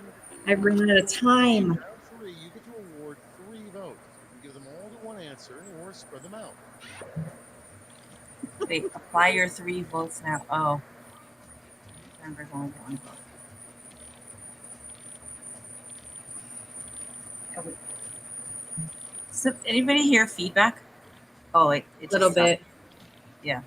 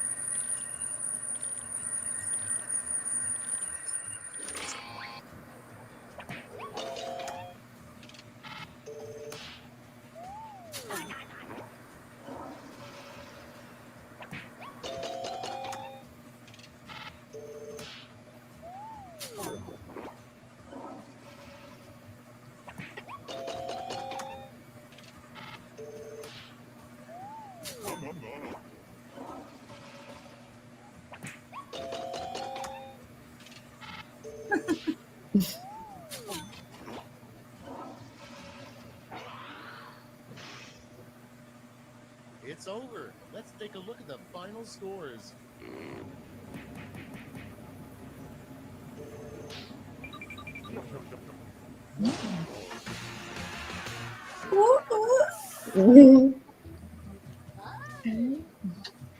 All right. How'd that feel? it was fun. Excellent. So that was your competitive game. Now we are going to see how well you guys work together. So in this game, you are a bomb defusing squad, and you are basically testing how well you communicate with each other. So what happens is each of your phones will have a different page of instructions. So you have to make sure that you communicate who has what page and to read it in order and to not skip anything, because when you do, someone has happy trigger fingers and diffuses something before it's supposed to, and you blow up. Sacral Any- people. I was going to say, any questions before we try? No questions. Okay, so this game usually can only handle 4 people. So what I do to make it easy is I ask one person to be almost like the guide / lighthouse. So they're listening very closely to what everyone else is saying and directing them. So who would like to try doing that for the first round? What? Marco, hey? Don't we like try the projector or the reflector for this? That's what I was gonna say. Like myself, I was like, I'm the projector, so I have to do it because I'm the lighthouse. But the problem is, like, I don't fully understand the concept of the game, so I don't want to be a bad leader. I don't want to be a bad guy. So, what I'll again try to be as easy as possible. This is effectively a puzzle game, and everybody has a different piece of the puzzle. So you know how things go together when people are revealing their puzzle piece by communicating what's on their instruction sheet. So effectively, whoever is deciding to do this role, as long as they're paying very close attention to what everyone is saying, they're able to say, okay, do this, don't do that, do this. And just like rally the sheep from... Can me and Michelle do rock, paper, scissors to see who has Nobody has suggested rock, paper, scissors. I love this idea. Do it. Hold on. I want big screens for this. Okay. I got kicked out. Could you send me the code? Show me the code again. There is no code yet. I'm waiting for that. It's coming? So yeah. Let me just make everyone big to see this epic rock, paper, scissors. Okay. I'm ready. All right, you ready? Yep. Okay. Rock, paper, scissors, shoot. Damn. It's you. I was gonna say projector. This is Okay. all you. Okay. All right. I'm probably gonna mess And this again, up. to make Please it fair, what I please like. lower your expectations of me. Thank you. Oh my god! But what I also like to do is like to make it fair. I then like swap it again after like 1 or 2 rounds, so everybody gets a chance to like hopefully not blow up. Okay, so Okay. here we go. I'm going to be giving you the code. So for this part, Michelle Projector, Yeah. you are not going to be inserting a code. Okay. You're just going to be listening like a hawk. And if you're noticing some people are not saying anything, just be like, hey, I didn't hear from you. Like, go into full-on leader mode. Got it. Wow. Okay. Here we go. Enjoy. Yeah. Defuse as many bombs as you can before you explode. Have fun. I have page 2. Oh, I have page 1. Do not cut wire 2, even if page 3 says that you should. I'm the cutter. Do not cut wire 2. Okay. Okay. Okay, I'm page 2. Page 3 is supposed to say even instead of odd. Page 3. Okay. Okay. So page 3 says cut all even numbered wires. Except for 2. So cut 4. Cut 4. We're cutting 4. Yay. Oh, I see how it works. Okay. Yeah, okay. Yep. Okay. Page 1, cut the first wire if it is yellow. Page 2 says cut the third wire if it is red. Okay, nice. And page 3 says cut the second wire if it is white. So cut the first wire. That's right. Yeah. Yep. Wow. Yay. Wow. Yeah, quicker. Cut all blue and yellow wires. Oh, Only intern Robin may cut blue wires. I'm page 2. Page 3 says do not cut the first or fifth wires, even if other rules say that you should. Shit, I just realized that I was the wire cutter. Okay. Page 4 says cut even wires if they are red. Even wires if they're red. Red. There's only one that's 2. Only 2. Do we cut wire 2? Or do we know? And We have 28 seconds. And we cut 3 because it's blue. Anyone say not to cut 3? Mine just says not the first or the fifth. mine just says only intern Robin may cut blue wires. I'm cutting So if 3. we're doing, Okay. Cutting- Can we cut 4? I think 2. Well, we got to cut the Yeah, I eagle. put 2, but Oh, I'm. that was all right. Cut all wires next to black wires. That's none. Do not cut wire 1 if it is blue, even if other rules say you should. Cut the Okay. first wire if it's black, the second wire if it's green, the third wire if it's blue, the fourth wire if it is blue. So that's Cut 2 the and third 3. wire. 2 and 3. Cut the third wire, right? Yeah. Good. Oh, I see. We get these bonuses. Okay. Sort by last name from A to Z. Press below to file. Sarah Anderson? I have A. Chucky Barr. I have Okay. Orleans. Okay.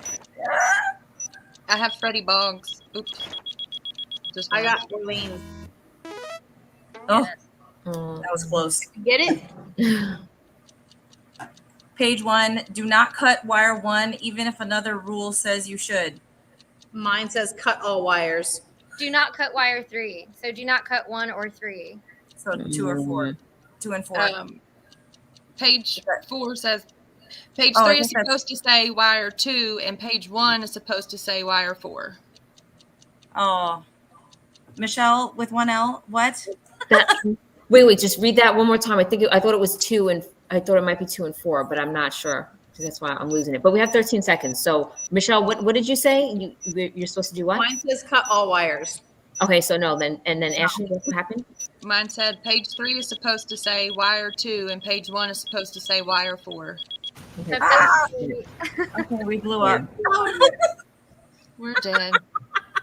I should have got paper and pen. I didn't have that right. Oh, okay. Oh, 1 and 3. Yeah, I couldn't remember. So I was gonna say that was incredible for a first go around. I was gonna say, I'm like, wow. I think it's a line 3 thing. It is quite impressive. We adapt quickly. Adapt. Yeah, I'm like line 3s. Bravo. I think that like the record holders have been the 3 5s. And you guys might break it. All right. So this is where I would be like, okay, there's some rules I forgot to tell you. So I'm like, maybe I should let you know. So that file folding thingy, you guys handled it beautifully. It was really, really well done. Even though I didn't explain, you guys got it. And that instruction can actually change on you. Oh. Like, it can sometimes say, like, last name, sometimes it's first name. So it's good that you, like, read that and, like, didn't go trigger happy with the filing. And then the next thing I was going to say is, if you surpass the filing stage, then you get to a horrible number puzzle. Like, it's a calculator and it's like number riddles. So I hope someone is like excellente at number logic puzzles. Because it is like, So this is where I would be like, Michelle and Michelle, you're going to swap. Yes. So let's see how that turns out. And whoever has the, actually, I need to hit escape. Okay. So hold on. Let me hit escape. And for our new audience viewer, we are playing a bomb defusing game. We are making sure that we don't blow up. And these are our 6-3 profile of human design. And if you don't know what human design is, that's what our entire channel is about. So go check out our replays. Ask somebody. Yeah, better check out our old videos. So here we go. This is our new room code. And yeah, this time, there we go. Okay, you guys got this. Break the record.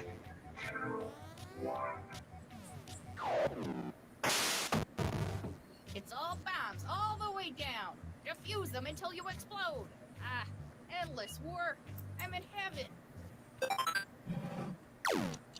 Okay. You are the cutter. Oh no. Tap buttons to cut wires. Okay, so I'm just the cutter. On page 1, cut the second wire if it is blue. Okay. Do So not just- cut the third wire, even if it's red. Okay.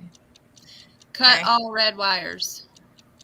So that's 2 and 1, right? Yeah. 2 and 1. Cutter. No, cut. Okay. Oh shit. Is that Good supposed thing to you were work? paying attention because I missed it. I would have killed us. All right. If I'm, there is a green wire present, cut the first wire. There is a green, so cut the first. That's 1. Okay. If there is a Page 2. yellow wire present, cut the third wire. So Okay. that's 3. 1 and 3. If there is a white wire present, cut the fourth wire. 1, 3, and 4. 1, 3, 4. Okay, so am I doing it 1, 3, and 4? 1, 3, and Yeah. 4. 4, yep.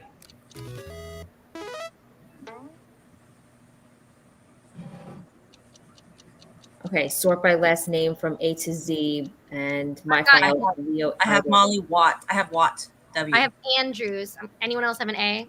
No, I have an I. I have an Okay, R. So I, R, and then W. I. I pressed it. Why is it not going? Okay, here we go. R, W. W. What? Right? I was like, woo. Yay. Okay, follow the instructions. Sorry, go ahead. Page 1. Prioritize cutting wires in this order: 2, 3, 1, 4. Page 2, it says page 1 has a typo. Please swap the numbers 2 and 4. So that's Okay. 4, 3, 1, 2. Cut all wires that are not black. So that's 1, 2, and 3. Yep. Go Are we 3, 1, agreed? 2. 3, 1, and 2. In that order. Okay, to prioritize it. Are we good? Yeah, Yeah. 3, 1, 2.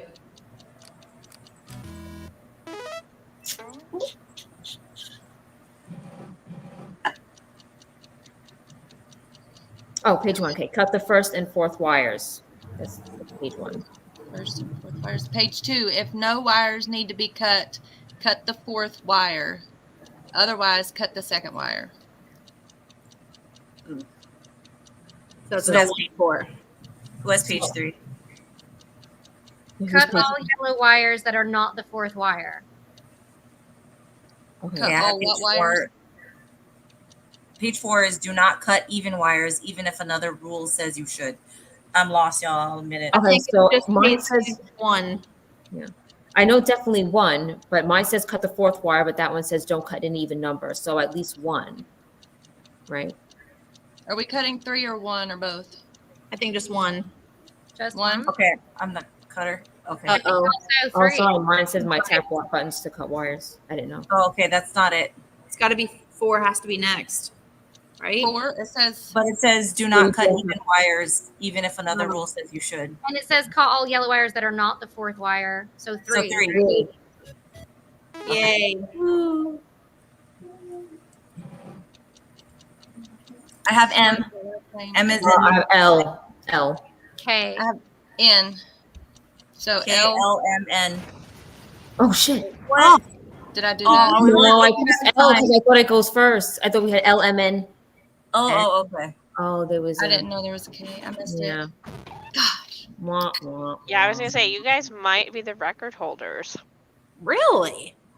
Wah, wah, wah. Might be. I'm like, I want to offer a third chance, but that means someone's gonna have to sit out. So you can either have a third chance I'll or sit end out. here. I'll sit down. I've got to go take care of my son for a minute.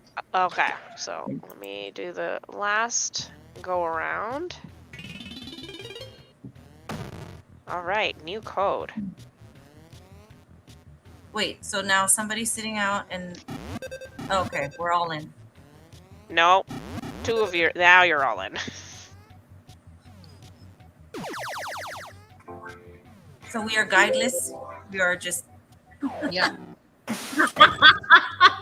says We're The godless. rest of our life.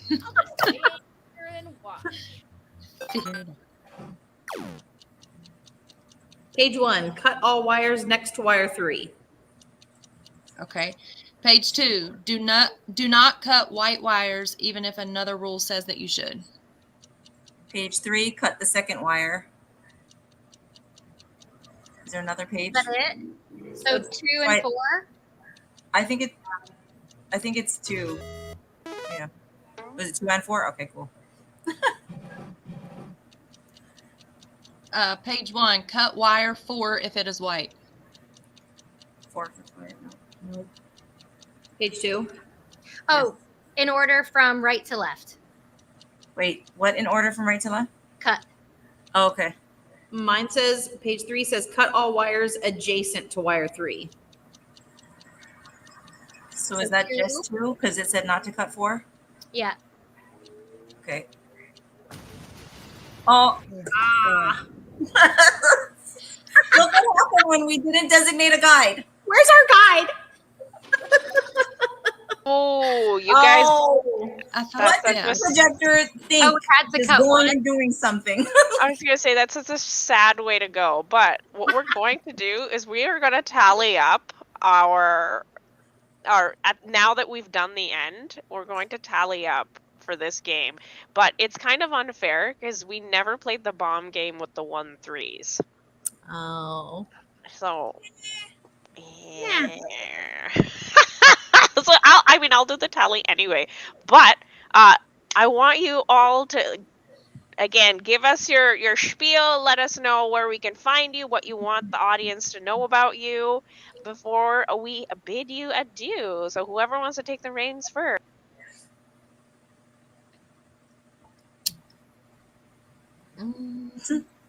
Oh, I hey. nominate Okay, that was backstage. Michelle. Hello. Okay. Okay. So yeah. So we're done. Okay. Because I just came back in. All right. So I guess you could just find me on Instagram and Twitch and TikTok at Michelle's Minis. That's my art account. And yeah, that's pretty much it. So that's it. It was fun, guys.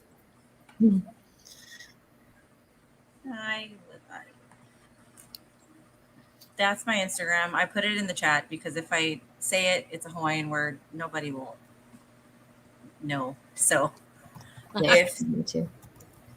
Moana shows it.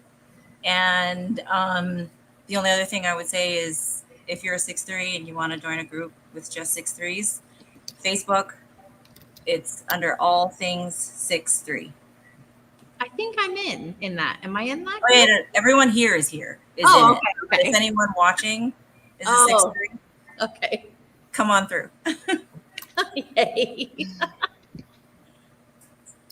I just would like to say thank you for having me. I'm not really like actively like recruiting or like, trying to get you to go any different way. But if you want to hang out with us in the 6'3" group, I think that's an awesome idea. That's where I'm at in life right now. I love it. Yeah. Who's next? I was gonna say reflector and manifester. I think I just put my handle in the group. It's at Michelle Angel Cook. Yeah, I mostly live on Facebook. I moonlight on TikTok and then I ghost it for a month. So, that's mainly on Facebook. Yeah, I'm at Robin Eckball. I put my name in the chat there. You can find me there. There's nothing really going on there. But yeah, in the groups, I'm always down to chat. So that's it. Amazing. So you guys finished off the epic wild ride that is the profile party. For all of our viewers that's been watching this whole thing go down, thank you. It, as host, has been an absolute privilege to have a new set of people grace us with their presence and so wholeheartedly share themselves with a bunch of strangers on the internet. So thank you, Right. thank you for even being here. So with that, I will bid you all adieu, and we are going to move on to our transit report. So hopefully Danny and Moni are ready to go so I can tag you out, and I'm going to remove you one by one. Ready? Boop, boop, boop, boop, and boop. All right, here we go. Tag. Moni, it was such an honor watching them. I'm so lucky I don't have any of the buttons because I had so many things to say. I'm like, I got a thing to say. Oh, I got another thing to say. It was really fun though, like watching, like when you did pop back on, you're like, okay, follow-up question, and like giving Yep. little bits of advice and things. I thought that was really sweet and fun. It felt just right. Thanks for having us. I saw a couple of messages. It's just so sweet. Oh, yay. They always start talking. There Yeah. hasn't been a 12 for 12, so it's pretty good. Yeah, it's always really cute, like seeing them like warm up into each other and get into the flow of things, and then they're like, doot, doot, doot, doot, doot. Yeah, and you know what? Was it you or was it Moana that noticed that the left angle profiles all seem to be more into their experiment? Oh, that's interesting. That was a Moana observation. That's really Yeah, cool. they all came with something, right? They all came with a couple of years in, or it was more weighted that way. So it was really That's nice. really interesting. Yeah, to have someone because it was Makame. She was helping to sort of MC and up a little bit. I thought that was great. She was perfect Yeah. for it. No, Makamai was really, really cool. Like they're all really interesting. It was great to hear their insights and like, I always get to learn something new that's like I hadn't really ever heard in any books or any videos or something. Like, Right. like having the group together. There's like very specific nuggets per each profile. It has been really enjoyable. Yeah, I don't blame them for calling BS on the soulmate thing because I mean, what the hell's that? You know, Yeah, I mean, I feel like it's a very loaded word within like our our cultures. yeah, and it's been very like movie-fied and whatnot. So that was like a very real kind of conversation. I really Yeah, appreciate that. it's all fifth lined up. It's all soulmate. It's got all this fifth line chevron hue around it, whatever it is. It's all your fault, Moni. No, it's fine. I'm a fifth line who lives with my Yep. fifth line soulmate. So like it's absolutely fine. Yep. That's so sweet. That is Yeah. so sweet. But, Yeah, he's the best. so we have an opposition Yes. opposition today, at this point. Yeah, it's really exciting. It like just shifted over today. So August 28th to September 2nd, the sun is in Nice. gate 40 and the earth is in gate 37. And so this is where we can see, like, so Danny's saying we have an opposition. So if you look at the little arrows at the body graph, you can see that the 40 and the 37 actually make up a channel. So this is our first time going around the wheel and finding two different gates that are both a polarity and an actual channel in the body graph. Yep. Yep, absolutely. And so it's important to notice whenever we come to where there is a life force channel, and it's important. I know we leave the life force out of the word when we say a channel. But it's important for people to remember these are life forces. You know what I mean? It's like you can count on them. So something about this channel and the fact that oppositions that have channels, there's only 3 of them. Yeah. And Ra would always point out, and the more I watched it unfold as I would study the wheel, the more it's true. These were 3 must-have channels, and so this channel will show up more. It will Mhm. just show up more just because it's in opposition. Yeah, because either with the sun and the earth are in opposition, or the nodes are in opposition, just so we can give a little like Yep. learning to the Yep. viewers. Yeah, it's really neat too, because even just the idea of it, right? So the earth is in 37, which is family and friendship, and then the sun is deliverance or aloneness. And like, what a balance that like everyone needs within their family, within their tribe.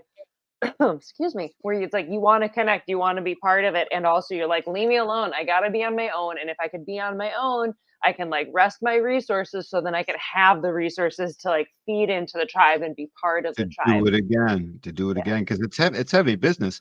Look at the 40 as if he's gotta swing a sledgehammer and break rocks. Mm, That's why the aloneness is, "I broke the dang rocks, okay?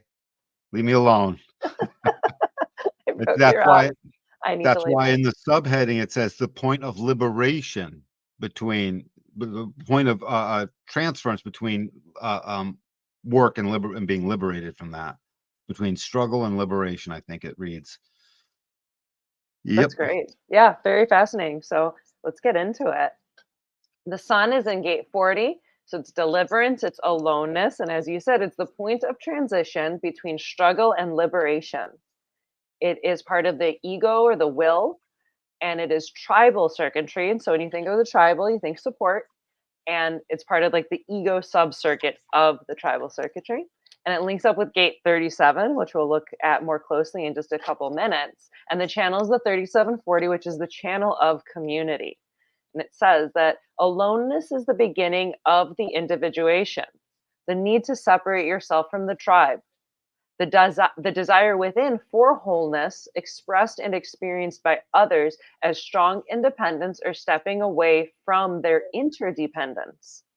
It's the willingness to work for your community only if receiving appreciation, loyalty, and support. That's part of the bargain. Yeah, you'll hit those rocks, but like you're part of, you're part of the group. You're going to be appreciated for it. You're supported. You have that loyalty behind you to like, break those rocks open. And this is the one of the prime points I make when I keep pointing out, money. Now, this is an ego gate, their material nature, I get all that, but it doesn't matter. This is a form of currency, one of the more powerful forms of currency, of exchange inside the body graph is in this particular opposition polarity. If you think about it, because this deliverance away and this bargain to do the work is always going to be liberating everyone else to know that they're going to do the work, and something between the struggle and liberation. The transition is a transition for the 40, but it's transformation for the rest of us is the thing.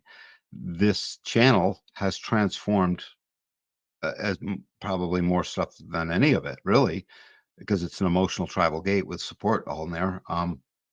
But if you think about it, this transition, that transformation to us is because throughout history, the ego has done things like beat back the 16-hour workday, beat Mhm. back child labor stuff. It beats it, and finally, as it brewed into its nine-centered form, it beat back all this stuff because it said, after I work, I get my rest.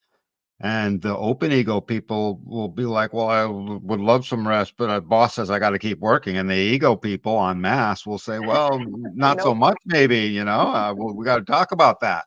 And they will confront that talk in that moment when their aloneness and their liberation is threatened. Their liberation and that transition for them is our transformation in so many ways, because work is a form of monetary currency. The affection from 30 simply pays the 40.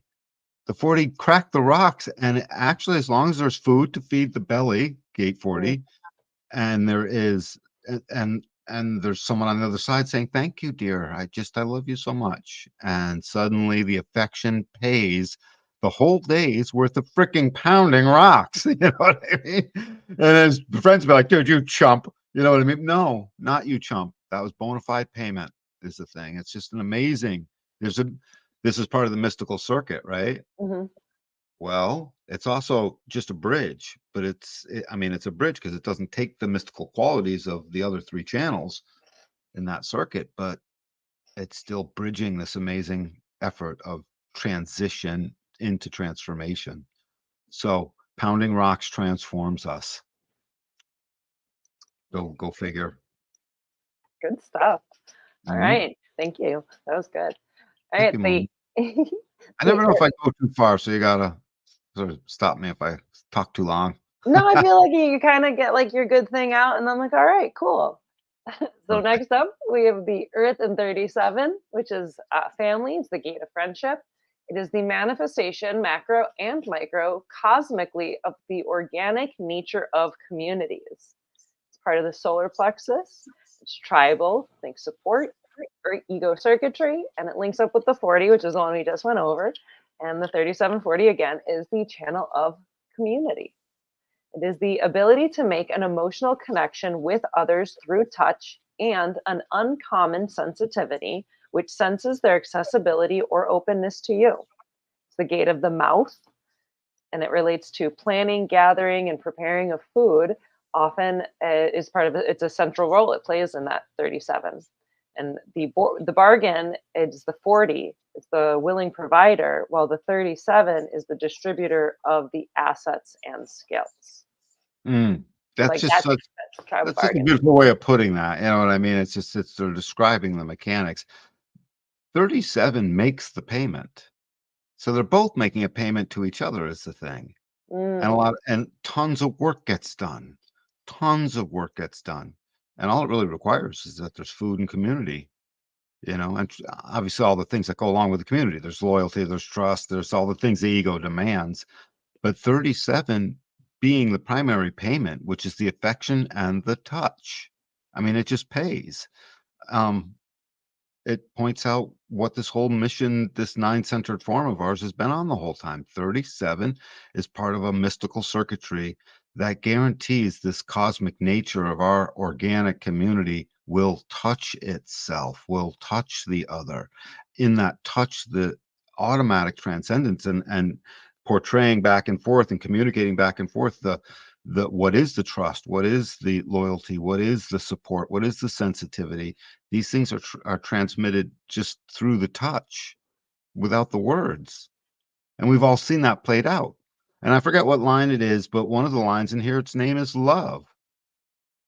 And it's a practical, tribal, connected, sensitive, love to the thing, loyal. Um, the emotional solar plexus waking up on our plane. And this channel describes that as good as any, in my Mm. opinion. Yep, because it says the emotional solar plexus waking up is supposed to be making the primary payment. And by the way, you want to get paid. And another way to say that is, the solar plexus where all the juicy stuff is, that's where, so ego can say all it wants, but it's going to go crying to mommy if it can't get next to its solar plex partner. Just period. They'll both go crying to mommy about various things, but the big strong ego will go crying to mommy if the affection's not there. Hmm. Just it won't work. Um, so the solar plex opens the will to work, not the other way around. That's amazing. That's fascinating. That is fascinating. Huh. It's good. I always feel like just like we get to go through it together, and just by going through it together, we learn new things. It's always, I love it. Well, I'm right-minded, so I learn from as I speak. Just like so, I Yeah. love to read. Yeah. Yeah, I love it. I feel like I just like prepare stuff, and then like, here, Danny, and then you just like get to like say new things in the moment. All right, so this week for the incarnation crosses, it's the right angle cross of the sleeping phoenix. When needed support and the right bargain are in place, these people possess the skills, the gift of logic, and the command of detail to build what is needed for the community. Then it'll shift over into the juxtaposition cross of denial, people whose job it is to stubbornly say no to the bargain until it is just right and put the brakes on the collective's runaway progress. And then finally, it'll move into the left angle cross of migration. It's people who move or migrate, wanting to bring progress, development, and change to the next community or valley. Mm. What are the what's the polarity that comes after the 16 and the 9? I forget. I don't have those memorized yet, but I have my book. Yep, I think the 9 is what's over there. For the migration one? Well, no, I'm just looking at the wheel in my head. Oh, okay. After I forget what's after the 9 or the 16. But I'll start talking about this because this movement and this ultimately landing at the people who migrate wanting to bring progress, they don't have to migrate out of the tribe. They can simply migrate within different professions. They can migrate to the new home. The learning process is in the work being done, is the thing. And the role model of the work being done is that person we always admire. You know, she did it. She did her thing. She hung in there and did the thing, whatever, it's that this is the workhorse. And if you have a workhorse in your life and a gate 40, and then they do the work, and then the affection seems to pay them because they love you to death for it, even though they're the ones that pounded the rocks, let them be the workhorse and make sure you admire them for it. That's what this whole movement of this cross structure says to do. Literally, it's basically admire this gate and let it do the things that it does. And if it turns into a workhorse at times, let it, and then admire it again. It's easy. Fascinating. Yeah. And after the 9 and the 16 is the 5 and the 35. Okay, consciousness. So, wow. So planning through this process we've just been talking about, most in much of a mystical way, we then move into consciousness. I find that fitting. Of course. Of course, it's always perfect.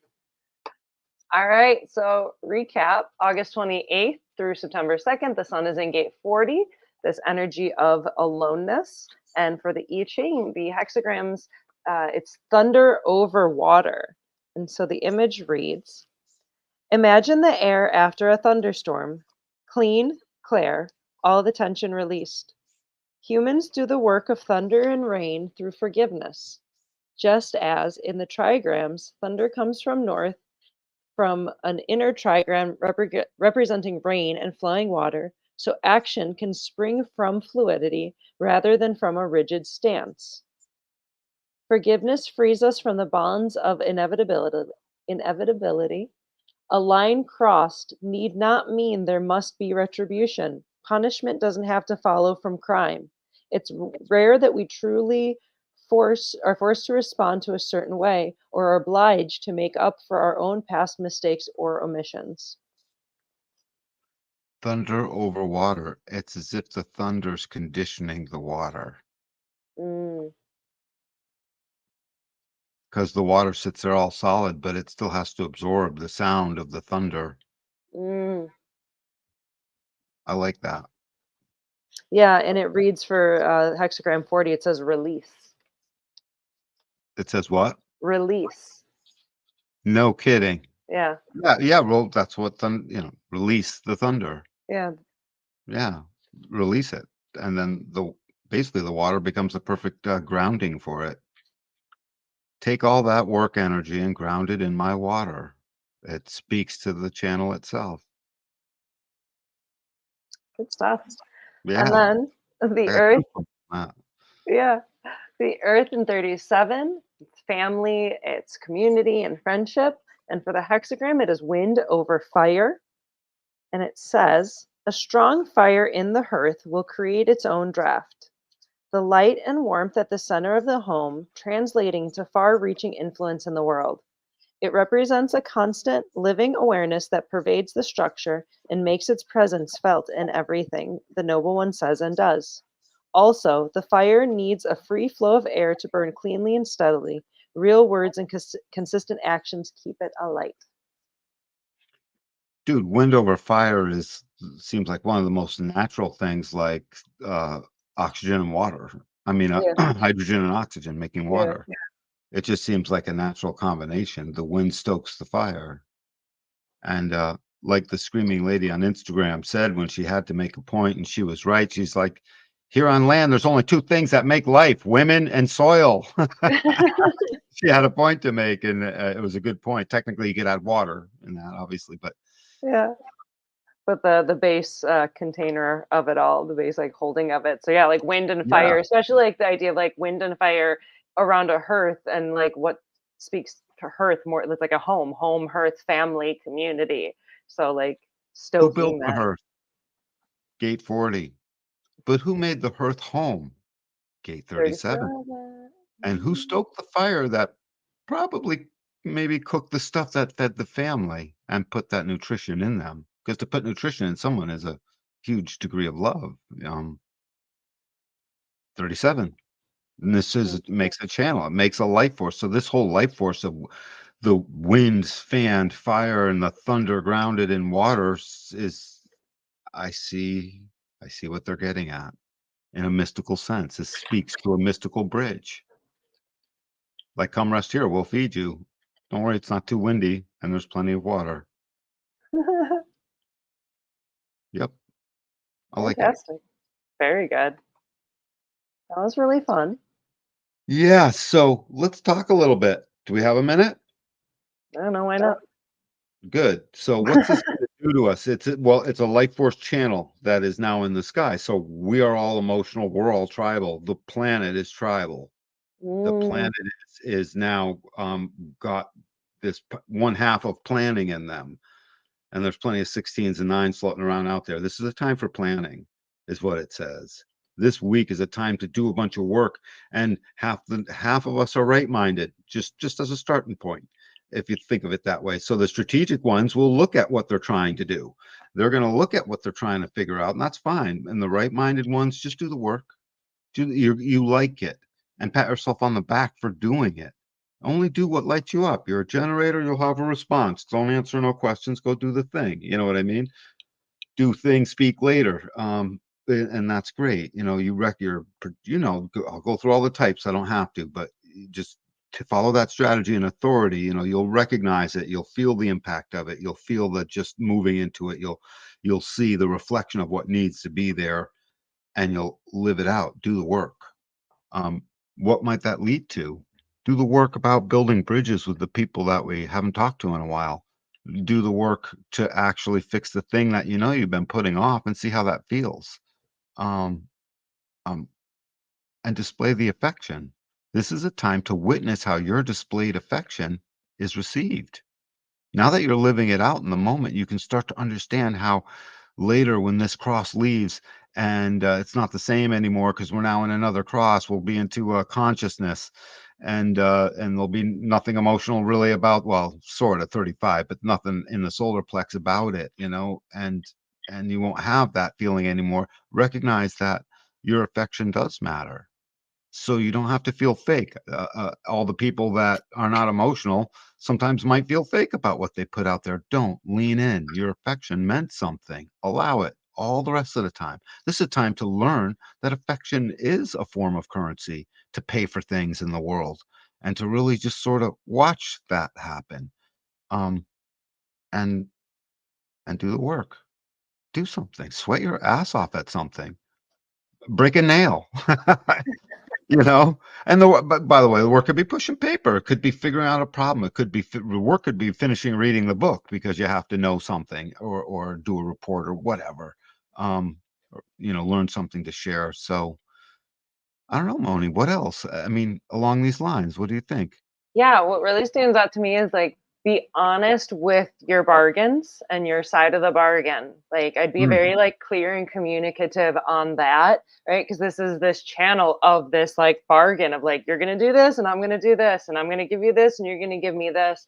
And I think being very like aware and mindful and clear on like what you need and then what you're going to give, what the other person is going to give you, you know, do something and do some work, but like the right things that are there for you to do, right? Follow your strategy and authority, you know, make sure that you're taking care of yourself, you have your alone time, you have your rest, so then you could put that work into something that like really matters to you. So it's like do something cool and put your effort into something, and those community bonds, just make sure it's the right things for you, make sure you're taking care of yourself, and then yeah, always make sure you're following your strategy and authority so that you're going to commit to the right thing. You don't want to just commit to something that's like not the right thing, because you're going to waste all that like special magical energy when the right thing, you know, might have come around like an hour later. So that's what I would just say is like be very clear in like your needs and your bargain and the other person's side of the bargain, and you can create something really beautiful with that. Yeah, I like that. Yeah, early on when what you were saying about being clear about the bargain, we are moving into consciousness. There'll be a gate 35 very soon. I have to assume that that energy is vibrating to a degree. So now's the time would be a very good time leading coming up to consciousness to recognize expectations are the killer of consciousness. Mm. Not 100% of them, and unless you know how to detach. If you can be truly detached, then go ahead and have all that expectation, joy, and juiciness you want. It's just almost nobody can fully, because expectations get real personal. But that's a lot of what this says. So allow the bargain to unfold even before your eyes. If you don't know all the details, assume that there will be one, and recognize you'll recognize when you don't. It is a projected channel after all. It's designed to recognize when the bargain's not there. Actually, what a perfect place for a projected channel. This ain't the bargain. Right? That's to be in a projected channel is a very good thing. I don't know what else to say about this. Do the work and recognize there's a bargain in all of this. Be sensitive to the all the other things you'd recognize, the sensitivity to the need for support and loyalty and trust. I mean, that was a 6-line theme anyways, and it's definitely an ego theme. And 37, the solar plexus is going to be traveling, grounding this thing the whole time. So they come together, a yin and a yang. The affection does the work. This is part of a bargain. Watch out for your expectations, because the affection is not innately and exclusively anything super physical necessarily. It can absolutely be, but get that kind of expectation out of it. It's this there to literally pay a karmic debt as well as keep the bond and have the affection move ultimately to intimacy and baby making, frankly. Time to make more babies. I mean, that's in the 19, it's in both of them. Being part of the baby making, shall I say. Yeah, of course. Yeah, it's tribe. There's no Yep. tribe. There are no babies.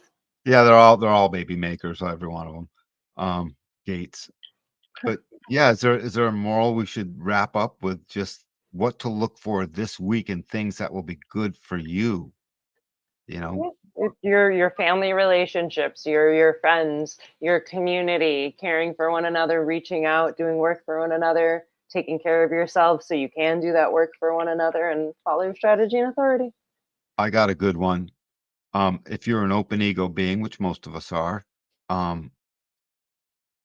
go take on a thing.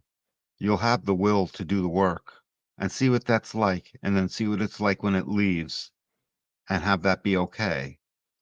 We always have to talk to people when the energy leaves the sky and is no longer transiting. You know what I mean? It's just as important as when it comes in. Oopsie, Yeah. it's not there anymore.